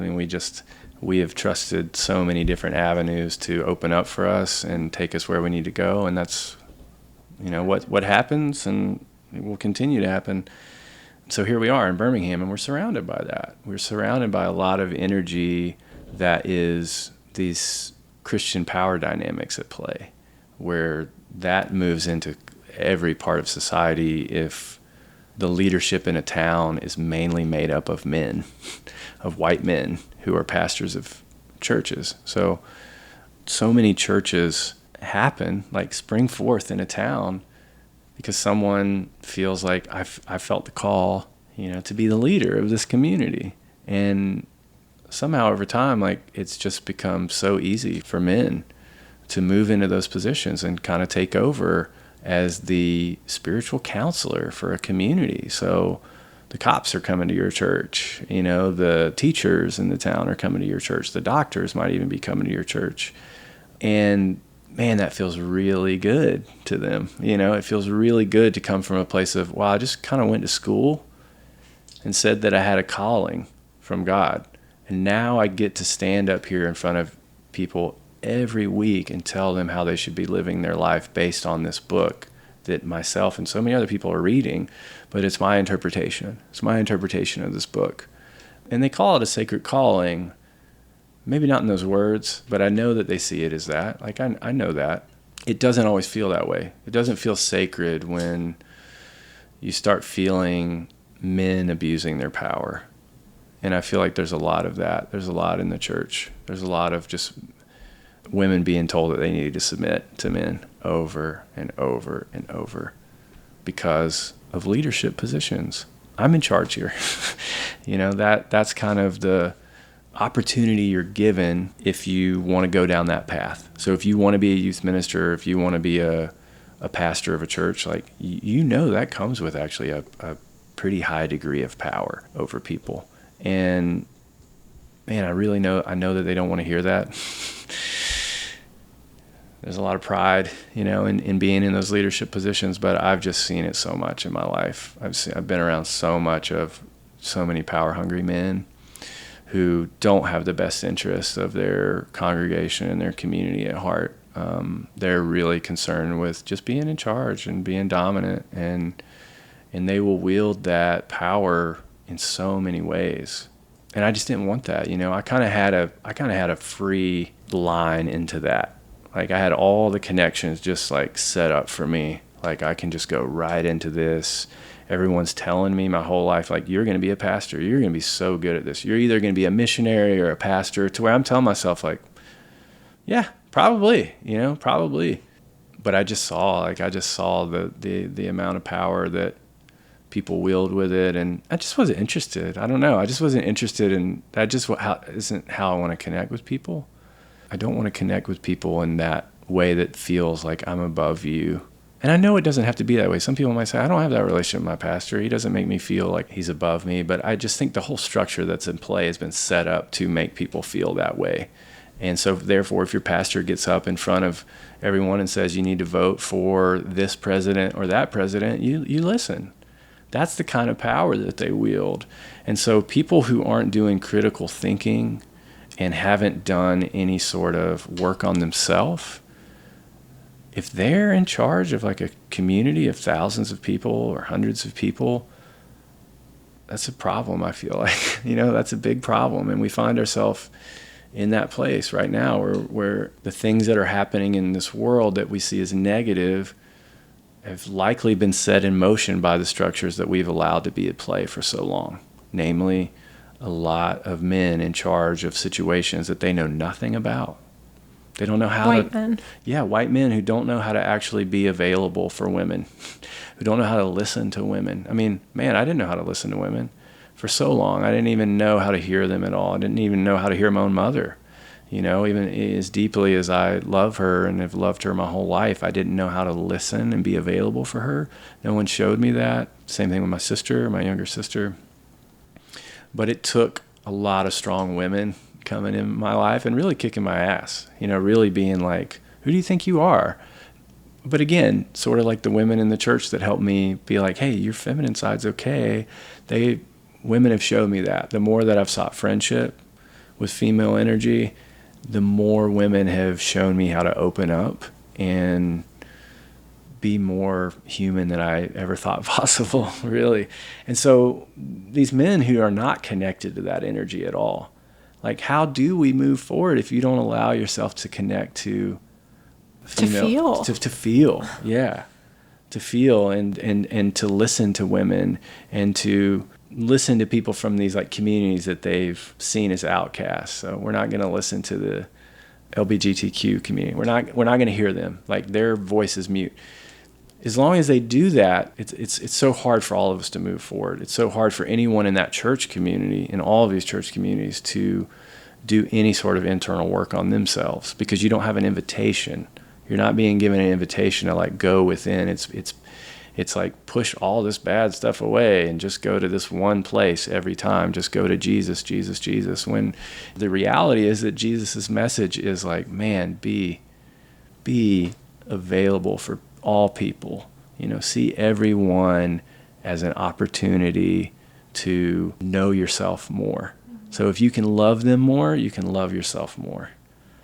And that idea hasn't really cracked through the door into a lot of the evangelical community at large. I'm sure some of it is. I mean, we've definitely met folks who are doing some amazing work, that call themselves Christian. And I love them. I love people. Just because you believe a certain thing, like I'm not here to condemn Christians. I'm really not. Like, I don't have any anger about that stuff. I just have questions. Like, why can't you allow people to just be who they are? How is that affecting you negatively? How is that affecting you for people to be altering their consciousness in whatever way they want to, or being with a man or with a woman, or both? Like, how is that negatively affecting you? Why the hell stuff? Why continue to bring that into the conversation? Why does that need to be a part of the message of Jesus that was clearly not about that?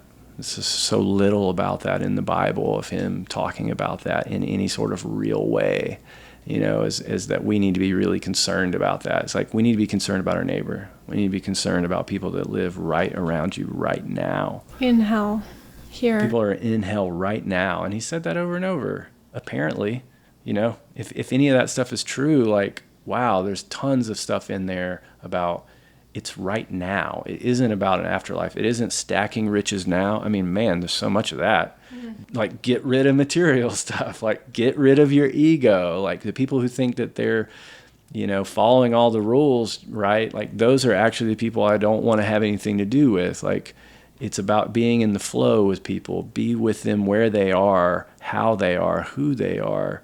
And it'll be better right now, not when you die. People are in hell. They're in a physical hell right now based on things that we have allowed to happen for way too long. They can come out. You can help pull them out of there, not by just like saying these words and coming to this gathering over and over. But we can actively pursue justice for everyone, like right now. And that will be heaven. That's the good stuff. So I know some people see that. Like, I know, and that's what we're doing here. We're putting that signal out. How does that affect how you lead your life? What's Daniel Fox here to do? I just want to be with people. I mean, I want to have a lot of fun. I want to have a lot of fun and not be afraid of that word, because I think fun and joy to me means acceptance. And it means like being inclusive, everyone being on board, everyone being who they are. And I want to offer that space to people. I want to, like, wherever I go, I want people to know that, like, you can talk to me about anything. I'm learning to be more understanding, and I'm learning to listen more. And I want to get better at those things. I want to hold space for people. I have so many friends that are dealing with a lot of issues that I've dealt with. I mean, so many people have left the church and do not have the tools to deal with that fallout. And that's been a big part of my journey. I think the last 7-8 years is like holding space for friends who are just coming to some of the realizations that I maybe came to a little further back. And I know where you are, and I know how difficult this is. Like, if I can be here for you in any way, like, let's do that. Let me do that. That's where I'm moving my life more and more towards that. And if that means, making things like psychedelics more available for folks in like a holistic way, like in a healing way, like I want to do that because I've seen what it's done for myself and countless other people. Like that's what I'm here to tell people. I'm here to tell people that it's a very good thing. You're not hearing that wrong. I'm saying, like, it's a positive thing for someone to make a decision to alter their consciousness in a way that allows them to connect with themselves and with the earth in a very deep way, in a very personal way that opens up so much healing in them. That is good. Like, we should be moving in a direction as a society where we make that more available and more safe for people to do that. Because I'm telling you, I've seen it over and over in people's lives be transcendent, just like they completely change into someone that feels more like themselves. I'm using their words here. I didn't know I could feel this way. I didn't know it was possible to let go of that trauma. I didn't know that I was strong enough to get through a psychedelic trip. I didn't know I was allowed to go and learn from indigenous cultures. After all this baggage that we carry about what we've done to people on this land, we stole this land from people, we massacred people. Like, that's what part of my lineage is like, I'm dealing with what's been done on this land. I'm coming to terms more and more with like, what happened here before I was born on these fields that I walk in, these rivers that I sit beside. Like, what happened here? Because it wasn't that long ago, and some of it seems really horrific, and a lot of that trauma is still lingering in the land and in the people that have just carried it around. And now that I'm more connected with knowing that that's what's happening on this land, I'm like, how can we find medicines and ways of treating one another that will heal that? How can we heal what's been done here to so many people? Those medicines have helped show me that I'm not alone in what happened to me as a child. Like, I can talk about it, and I can find other people who have a similar story. And I'm finding more friends who are coming out as I speak to them about it, that this has happened to them. And, oh man, like, let's do it. Let's do the work then. Like, what does that look like? Does that look like taking these mushrooms? Does that look like doing this sweat lodge? Does that look like fasting for a little while or changing my diet? Yes. I mean, for me and for so many people that I've seen changes in their life, like, it's taken some things like that. And I don't want to push that on anyone. You don't have to do any of this stuff, but I'm going to also tell you positive stories about these methods that have helped me and so many other people in my web come clean and really clean house. I want to pass that on. I want to make that available for people to not be afraid of it and know that they've got like a friend, and a brother and a lover, that's here to like love you and let you be who you are. I feel so lucky. I want to ask you a hard question. I know you looked up the guy that abused you when you were a kid recently and found out that he's in prison. Yeah.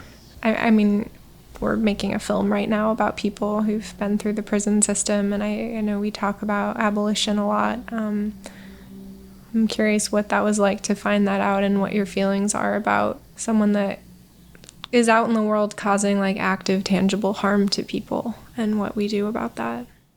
Yeah. Yeah, going and starting to film this documentary with you definitely forced me to look at some difficult things in regards to the structures that are in place with the prison system in this country. As we were staying in Georgia, and I began to meet these men first before I introduced you to any of them. As we started listening to them, their stories of why they went to prison, a lot of it's real rough. They did some really bad things to people, caused a lot of harm. And so, when you're sitting there with a man who's telling you, pouring out his heart, who's spent 40 years in prison or 30 years in prison, is now 60 or 70 years old, I guess it could be easy to sit there and say, well, yeah, like, now that I know what you've done, like, you deserve to be in there that whole time. This is a good thing that you went there. As you hear these stories of what they went through in the prison system and what they went through as children and teenagers before they did these, bad things to people that put them in prison, when you hear their story of what they came from, wow, I mean, the amount of trauma that these men went through before they did anything that was going to lock them up, it's awful. It's like, it's things that no one should go through. And so I began to realize that more and more as I'm hearing their stories, and I'm becoming friends with them. I'm seeing that like they don't have anyone. They have no one that gives a shit about them, that wants to hear anything that they've been through, that believes them. And it started to make more and more sense to be available for them in that way, in like a friendship way of like, wow, you've been through so much before you went to prison, and then throughout prison, you've seen and done so many terrible things just to survive that life, that how can I see you as that person that you were anymore? You're saying that like, I did these things, I just want to live my life now. I've dealt with some of this stuff, I want to see you as me, you know? I want to see you as like, that could have been me so easily. That could have been me. And I don't want people to go to prison for that long. It just makes it very clear to me that like, that's not the answer. You know, somebody fucks up when they're 20 years old, 21 years old, because their life was horrific before that. And now we're going to send you to this like hell. You know, we're going to send you to this hell and make you and just torture you essentially. And then we're going to throw you out into the world and say, all right, go for it. You got no family, you got no friends, you got no money, no job options, no place to live. And expect those people to not come back, not to like, you know, break laws again because they're just trying to survive. Like that's such a broken system. It's so clearly broken. I mean, there's enough stats around for all of us to know that by this point. But I think listening to people in that way, so intimately, that really has changed me.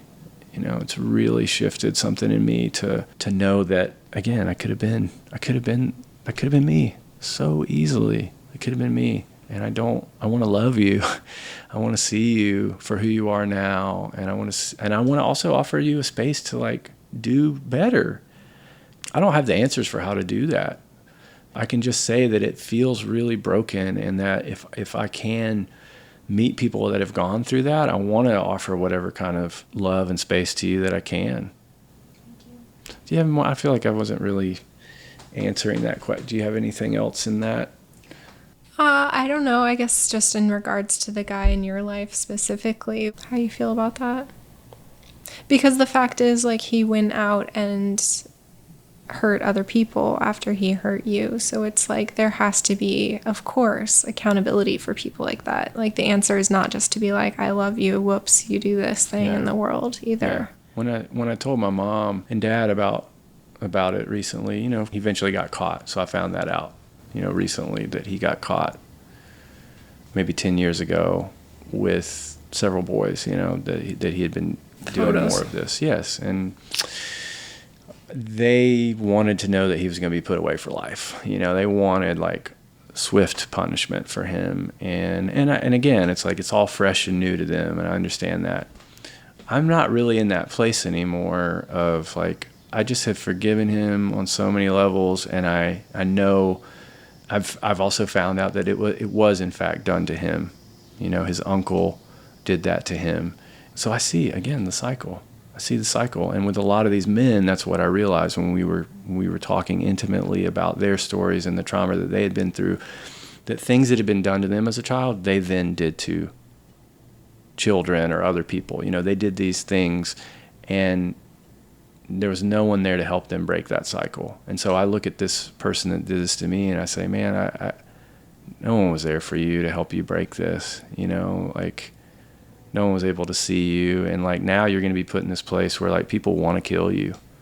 You know, these men that go to prison for doing things like this, like you're going to get the shit beat out of you. You know, you're going to be harmed. You're going to be psychologically damaged over and over and over. And I just don't want that for anyone. There's obviously a lot of trauma in there that they need to have repaired. Like I want them to be able to repair. I don't want him to just sit in solitary confinement and rot. Meanwhile, the threat of being killed is around him all the time wherever he goes. And you know, hearing stories from the men in our documentary of saying like, you know, correctional officers will just kill people like that. They'll take them out back, kill them, go bury them in a place that they call Pissant Hill, and no one will ever know. It'll be like, oh, they just committed suicide. Like, what is that about?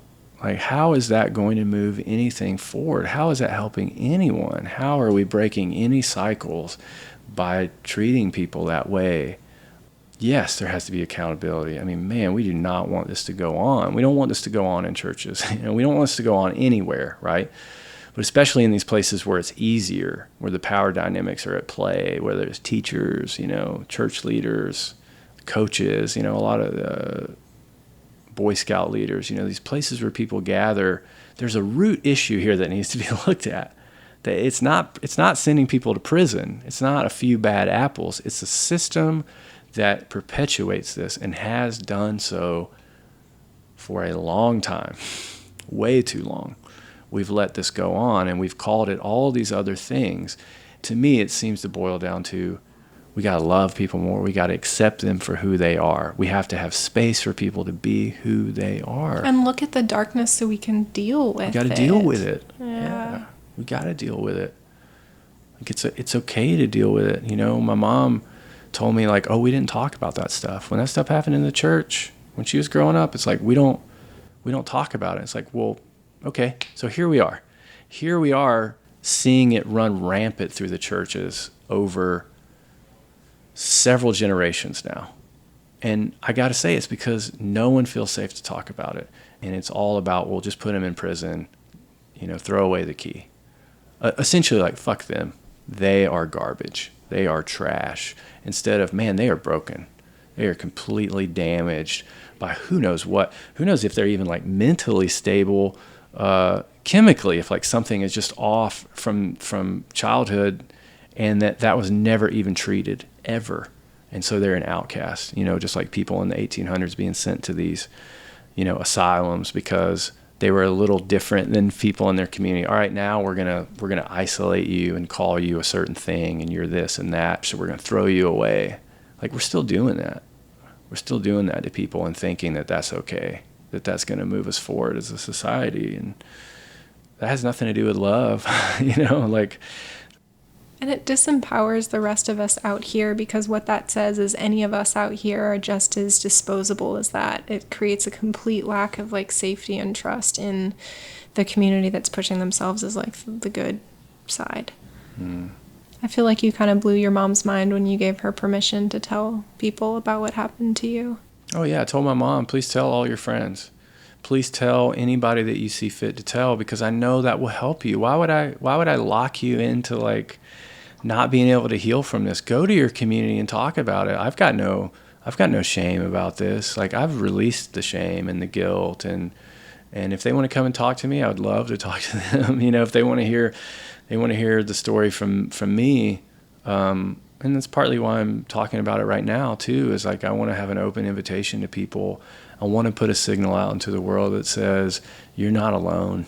You can find people who want to give you the space to talk about these awful things that have happened to you without judgment. You're allowed to look at this stuff. We can talk, you know, and I'm sure we have a lot of similarities. I mean, we all do as humans, and I want to find that, you know, like, let's find that in each other. Let's find the stuff that we connect with. There's plenty of that. There's way more of that than the things that we don't connect on. We just have to see that. That's been made really difficult by the powers that be to actually see it. But here we are. And I'm so grateful for the people that came before me talking about this stuff. You know, I want to acknowledge so many people that have been coming out more and more recently and just saying, like, this happened. You know, I'm a survivor of this, that, or the other. You know, all these things that people are stepping out and just with so much courage. Like, that has just uplifted me in so many ways. Like, people are in charge of so much of the shift in my life. You know, people really helped open a door for me by them just being strong, by seeing that, like, it is possible. It is possible to tell your truth and stand in it and not be afraid. Not be afraid of, like, the backlash or the fallout that might come, because you know that there's people who are going to stand up for you.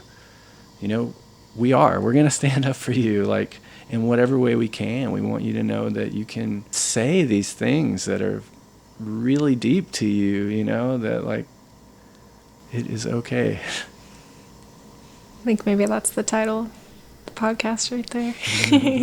It is okay. Yeah. I mean, I don't know, I use that language a lot today, but for those of us that grew up the way I did, that it's hard to grip that. It's so hard to grasp an idea that, like, wow, you are allowed, you know, and I want to give so much credit again to, like, a music community that I've been a part of. So many artists that have just given me that permission, that have, like, spread that love to me and show me that, like, community is so important. Being there for your brother, your sister is so important. Being there for your neighbor is so important, including all people, Music feels like such an inclusive thing. And it like grabbed a hold of my life at an early age and has never stopped being wonderful and amazing and like soul giving to me over and over and over again. And then to be able to join in, I've been singing more because I feel like, I want to join in. What am I just listening to all this music? I get to make music too. And I started playing music again more. The expectations of all this stuff, what society wants from you artistically, like I'm putting all that stuff aside. Like, what does my heart want? What is my body telling me is crucial to get out, to release? And so if that's singing, if that's playing drums, if that's learning a new instrument, or going out and making a film, do it. Go do it. Everyone else around you will be so much better for you. Like, I'm receiving that signal, and I received that from you a lot. I feel so much more openness in me now because I'm encouraged on how you treat people in that way, how you open that space up for people. Like, you're allowed to sing, like you tell me that, like, I want to hear you more. Like, you should make films, you should draw more, you should be creative. Like, I've gotten so much of that from you, and that is transforming me in so many ways. Like, I'm so happy about that. I'm so overjoyed to connect with that spirit again that was there as a child that got lost. It just got lost along the way, but it's in there. It's in all of us. That was the biggest prayer that I took when I drank ayahuasca the first time. Just been maybe like 6 years ago now, but my prayer was to be returned to my child self. Yeah. And that happened in so many ways. And then, as you know, it just becomes obvious, like, as I've received gifts, it was like, well, this isn't for me. I want to be a vessel for this. I want to let this move through me, and I want to be the medicine in the world. Yeah. And it's like my pleasure to watch you bloom or watch other people bloom. It's so rewarding and makes me feel good and reminds me, like, I forget all the time, and I appreciate that it creates a world around me that's made out of that, so it's constantly feeding it back to me. It's amazing. Yeah. And I've sat in enough, peyote and mushroom and tonawari ceremonies with you and other people to have that feeling of the childlike wonder come back and have it take over your body and say, like, you can connect to this part of yourself again. It's a good thing to, like, connect to the wonder that you had. Like, that's coming home to me. It's like, oh, wow, there I am. There's the person that, like, from the beginning was really curious about all this stuff and had so much wonder about it all. I'm feeling that freedom again, I'm feeling that wonder coming back, and I want to spread that, I want other people to have access to that. That medicine is available, I want people to know that, like, it is transformative, and namely people are, though. I mean, that's it. It's like people are beautiful, and people are real, and people are loving, and that's how I'm choosing to see them. That's how I'm choosing to see humans. And does that give you a way to deal when you bump up against challenging situations? Because let's be honest, like, dealing with real humans sometimes means conflict. Absolutely, yeah.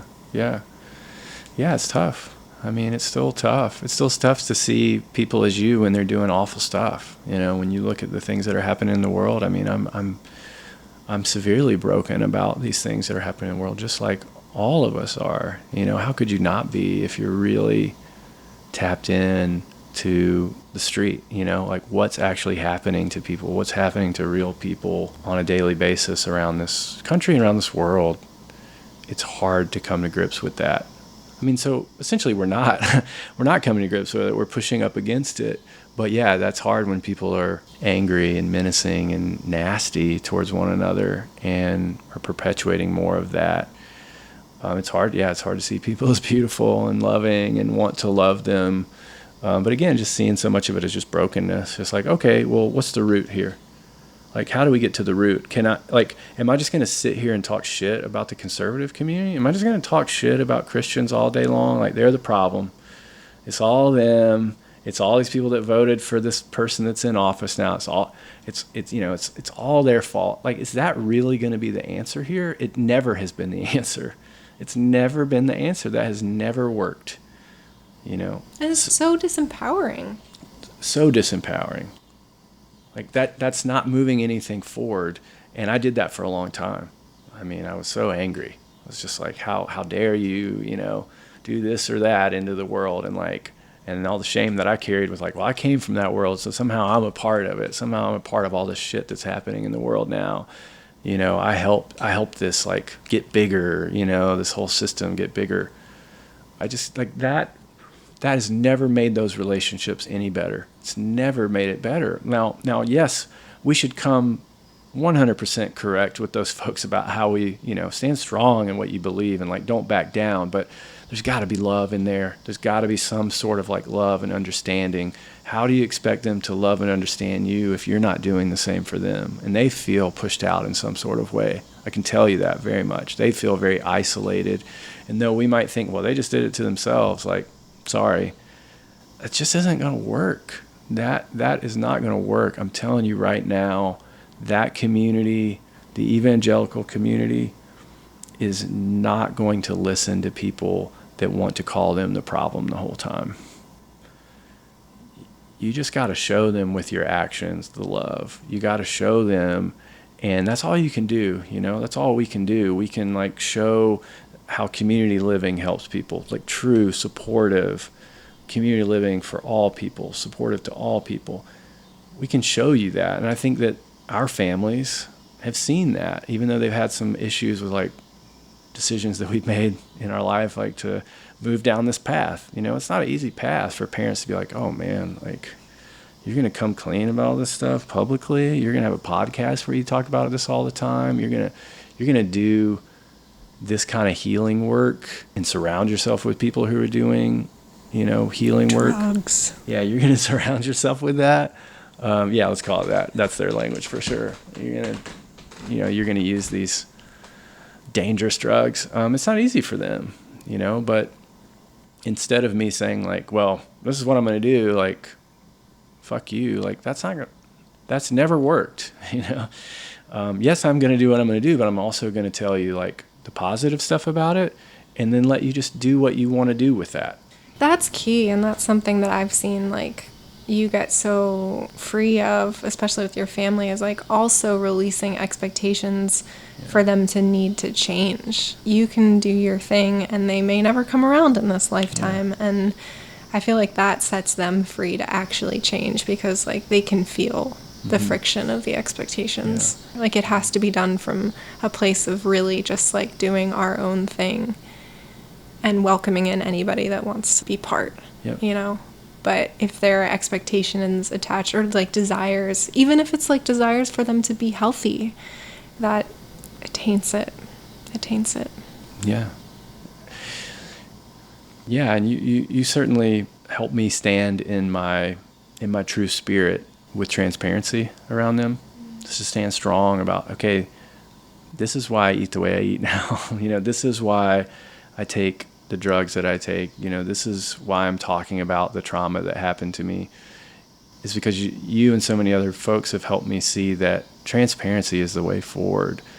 Once things are out in the open and it's just clear that this is what I'm doing, this is why, I can't really do anything else about it. Like you have to make the decision for yourself if like you're okay with that, and if you're not, then you got to deal with that. I can't like carry your drama about this any longer. Like I can't. Like this is who I am. This is where I'm going, and I love you. And I think that what it did for them, my parents, is that it showed them like, wow, I can do this too. This is what it takes. I can be open and honest with my son. And I have seen how much that's helped them grow, where I see that they're questioning more things now. They're really starting to look deeply into stuff in a way that they haven't.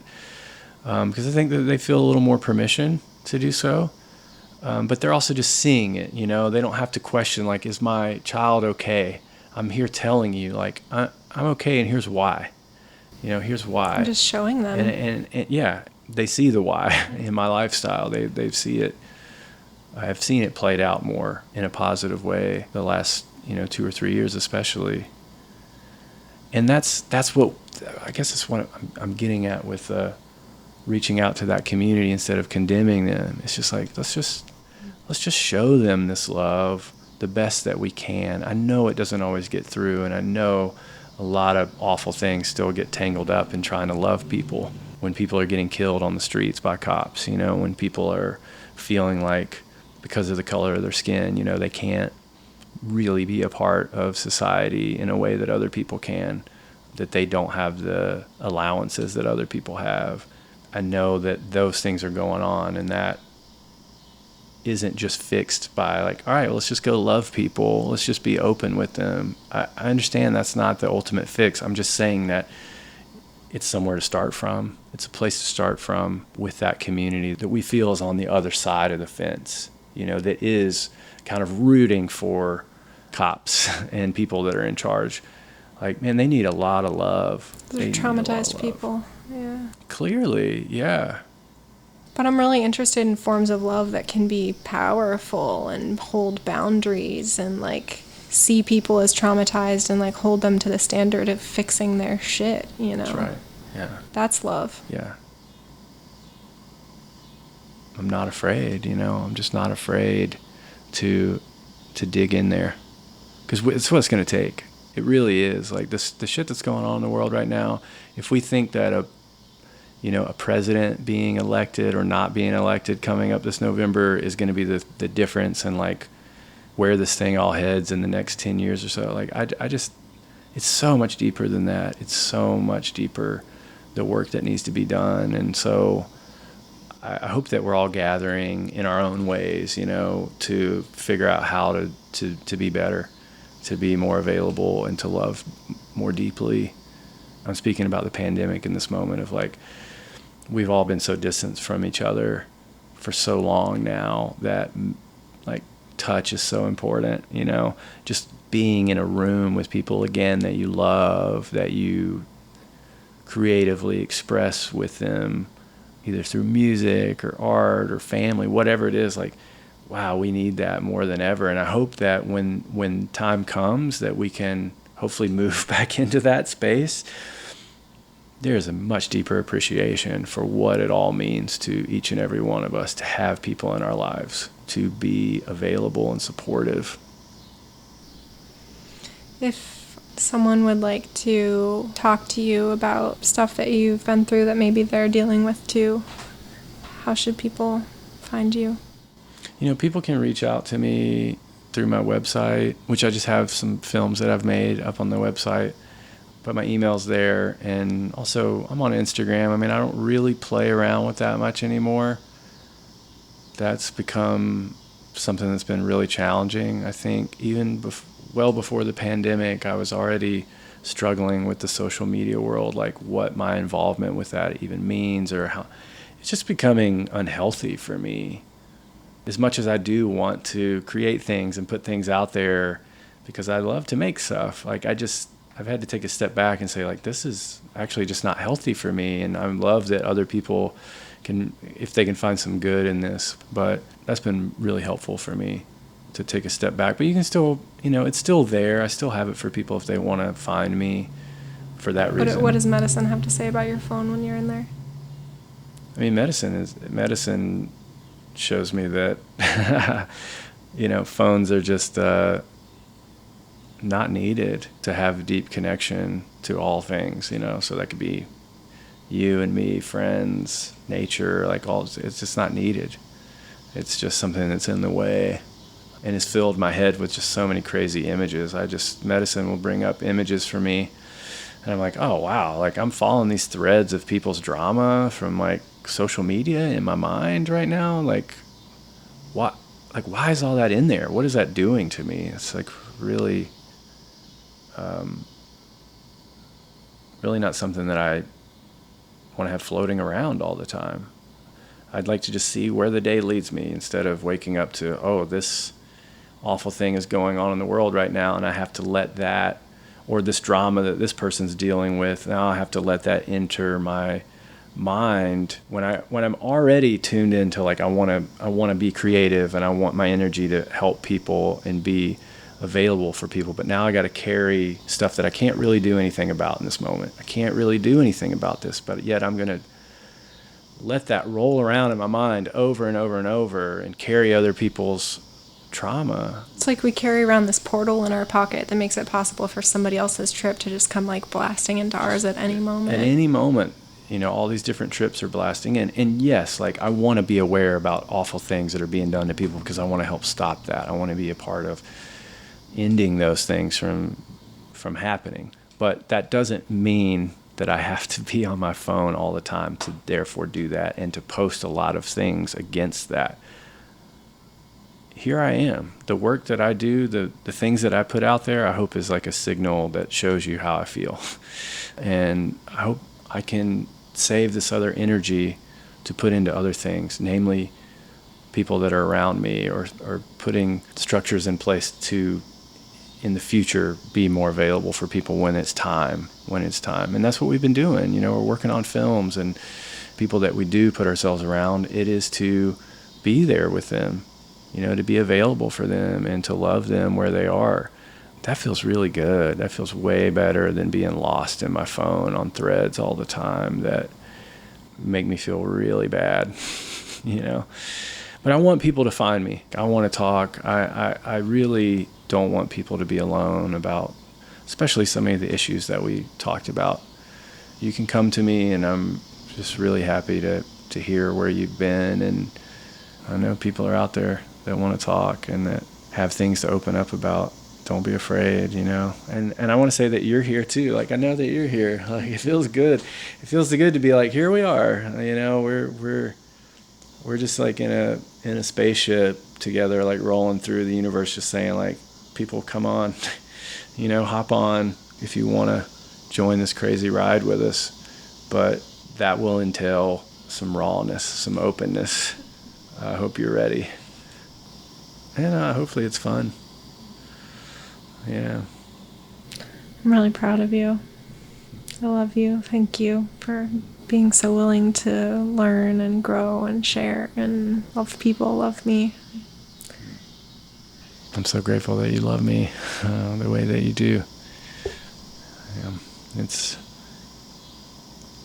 really changed my life in so many positive ways. You are showing me daily, you know, what it means to be authentic and to not run away from the difficult things, to like move through it. And it's not always pretty, you know, and it's not always easy. So thank you for loving me through all that too. Thank you for loving the hard stuff that comes out of me. Yeah, we're learning, you know, we're learning how to do that. And again, children, I'm here to tell you, psychedelics have helped a lot with that. It's helped so much with relationship stuff. Yeah. So much to be able to see, I know for you and I, to be able to see each other wholly, you know, to sit with each other in some of these medicine ceremonies, to sit there and see you going through all this stuff that's happened to you, you know, like you sifting through any of your trauma and your life and coming out the other side is just such a much more free and focused person and much more loving person. To be there with you, it's such an honor to be on this journey with you and to make art with you. I mean, we make so many things together. Like, that is just the best. That's so much fun.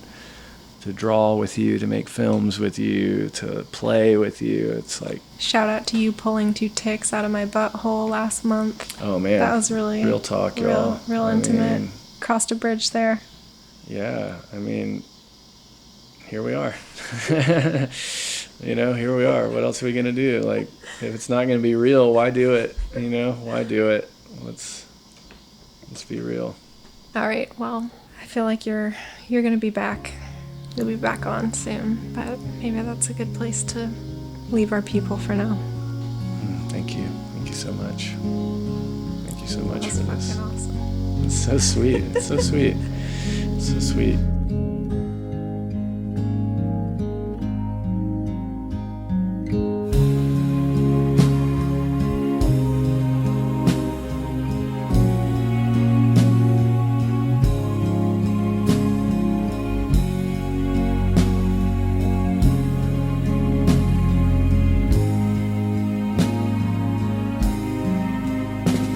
It'll be okay on the healing day. No more going astray on the healing day. Yeah, we'll find our way on the healing day to where the children play on the healing day. When the tyrant is bound and the tortured freed from his pain, and the lofty brought to the ground, and the lowly raised, ain't so far away, the healing day coming to stay, the healing day. Every battleground is a place for sheep to graze. When it all comes tumbling down,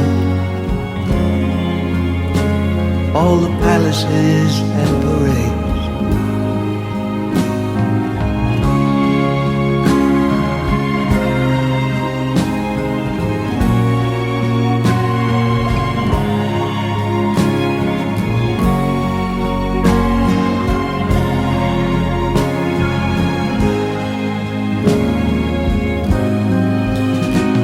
it'll be okay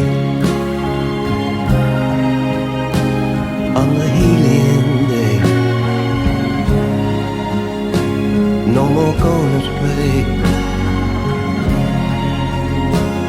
on the healing day. Yeah, we'll find our way on the healing day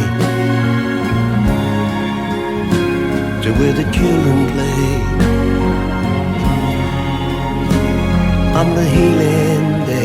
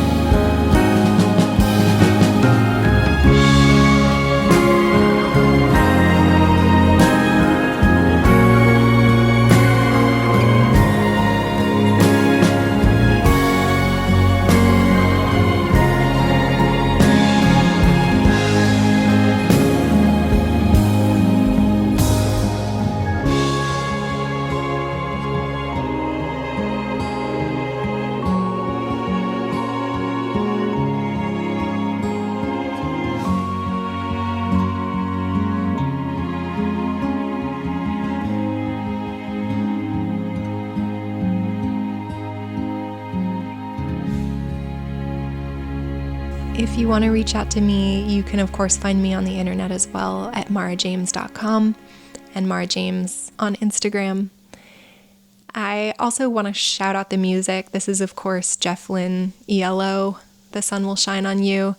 But Daniel is a huge force of healing music in my life. He's one of those magical curator people who is really deeply connected to current music and finding the thread of authentic voices that are not coming through the music machine, as well as just decades and decades of artists who are speaking from struggle, speaking from love.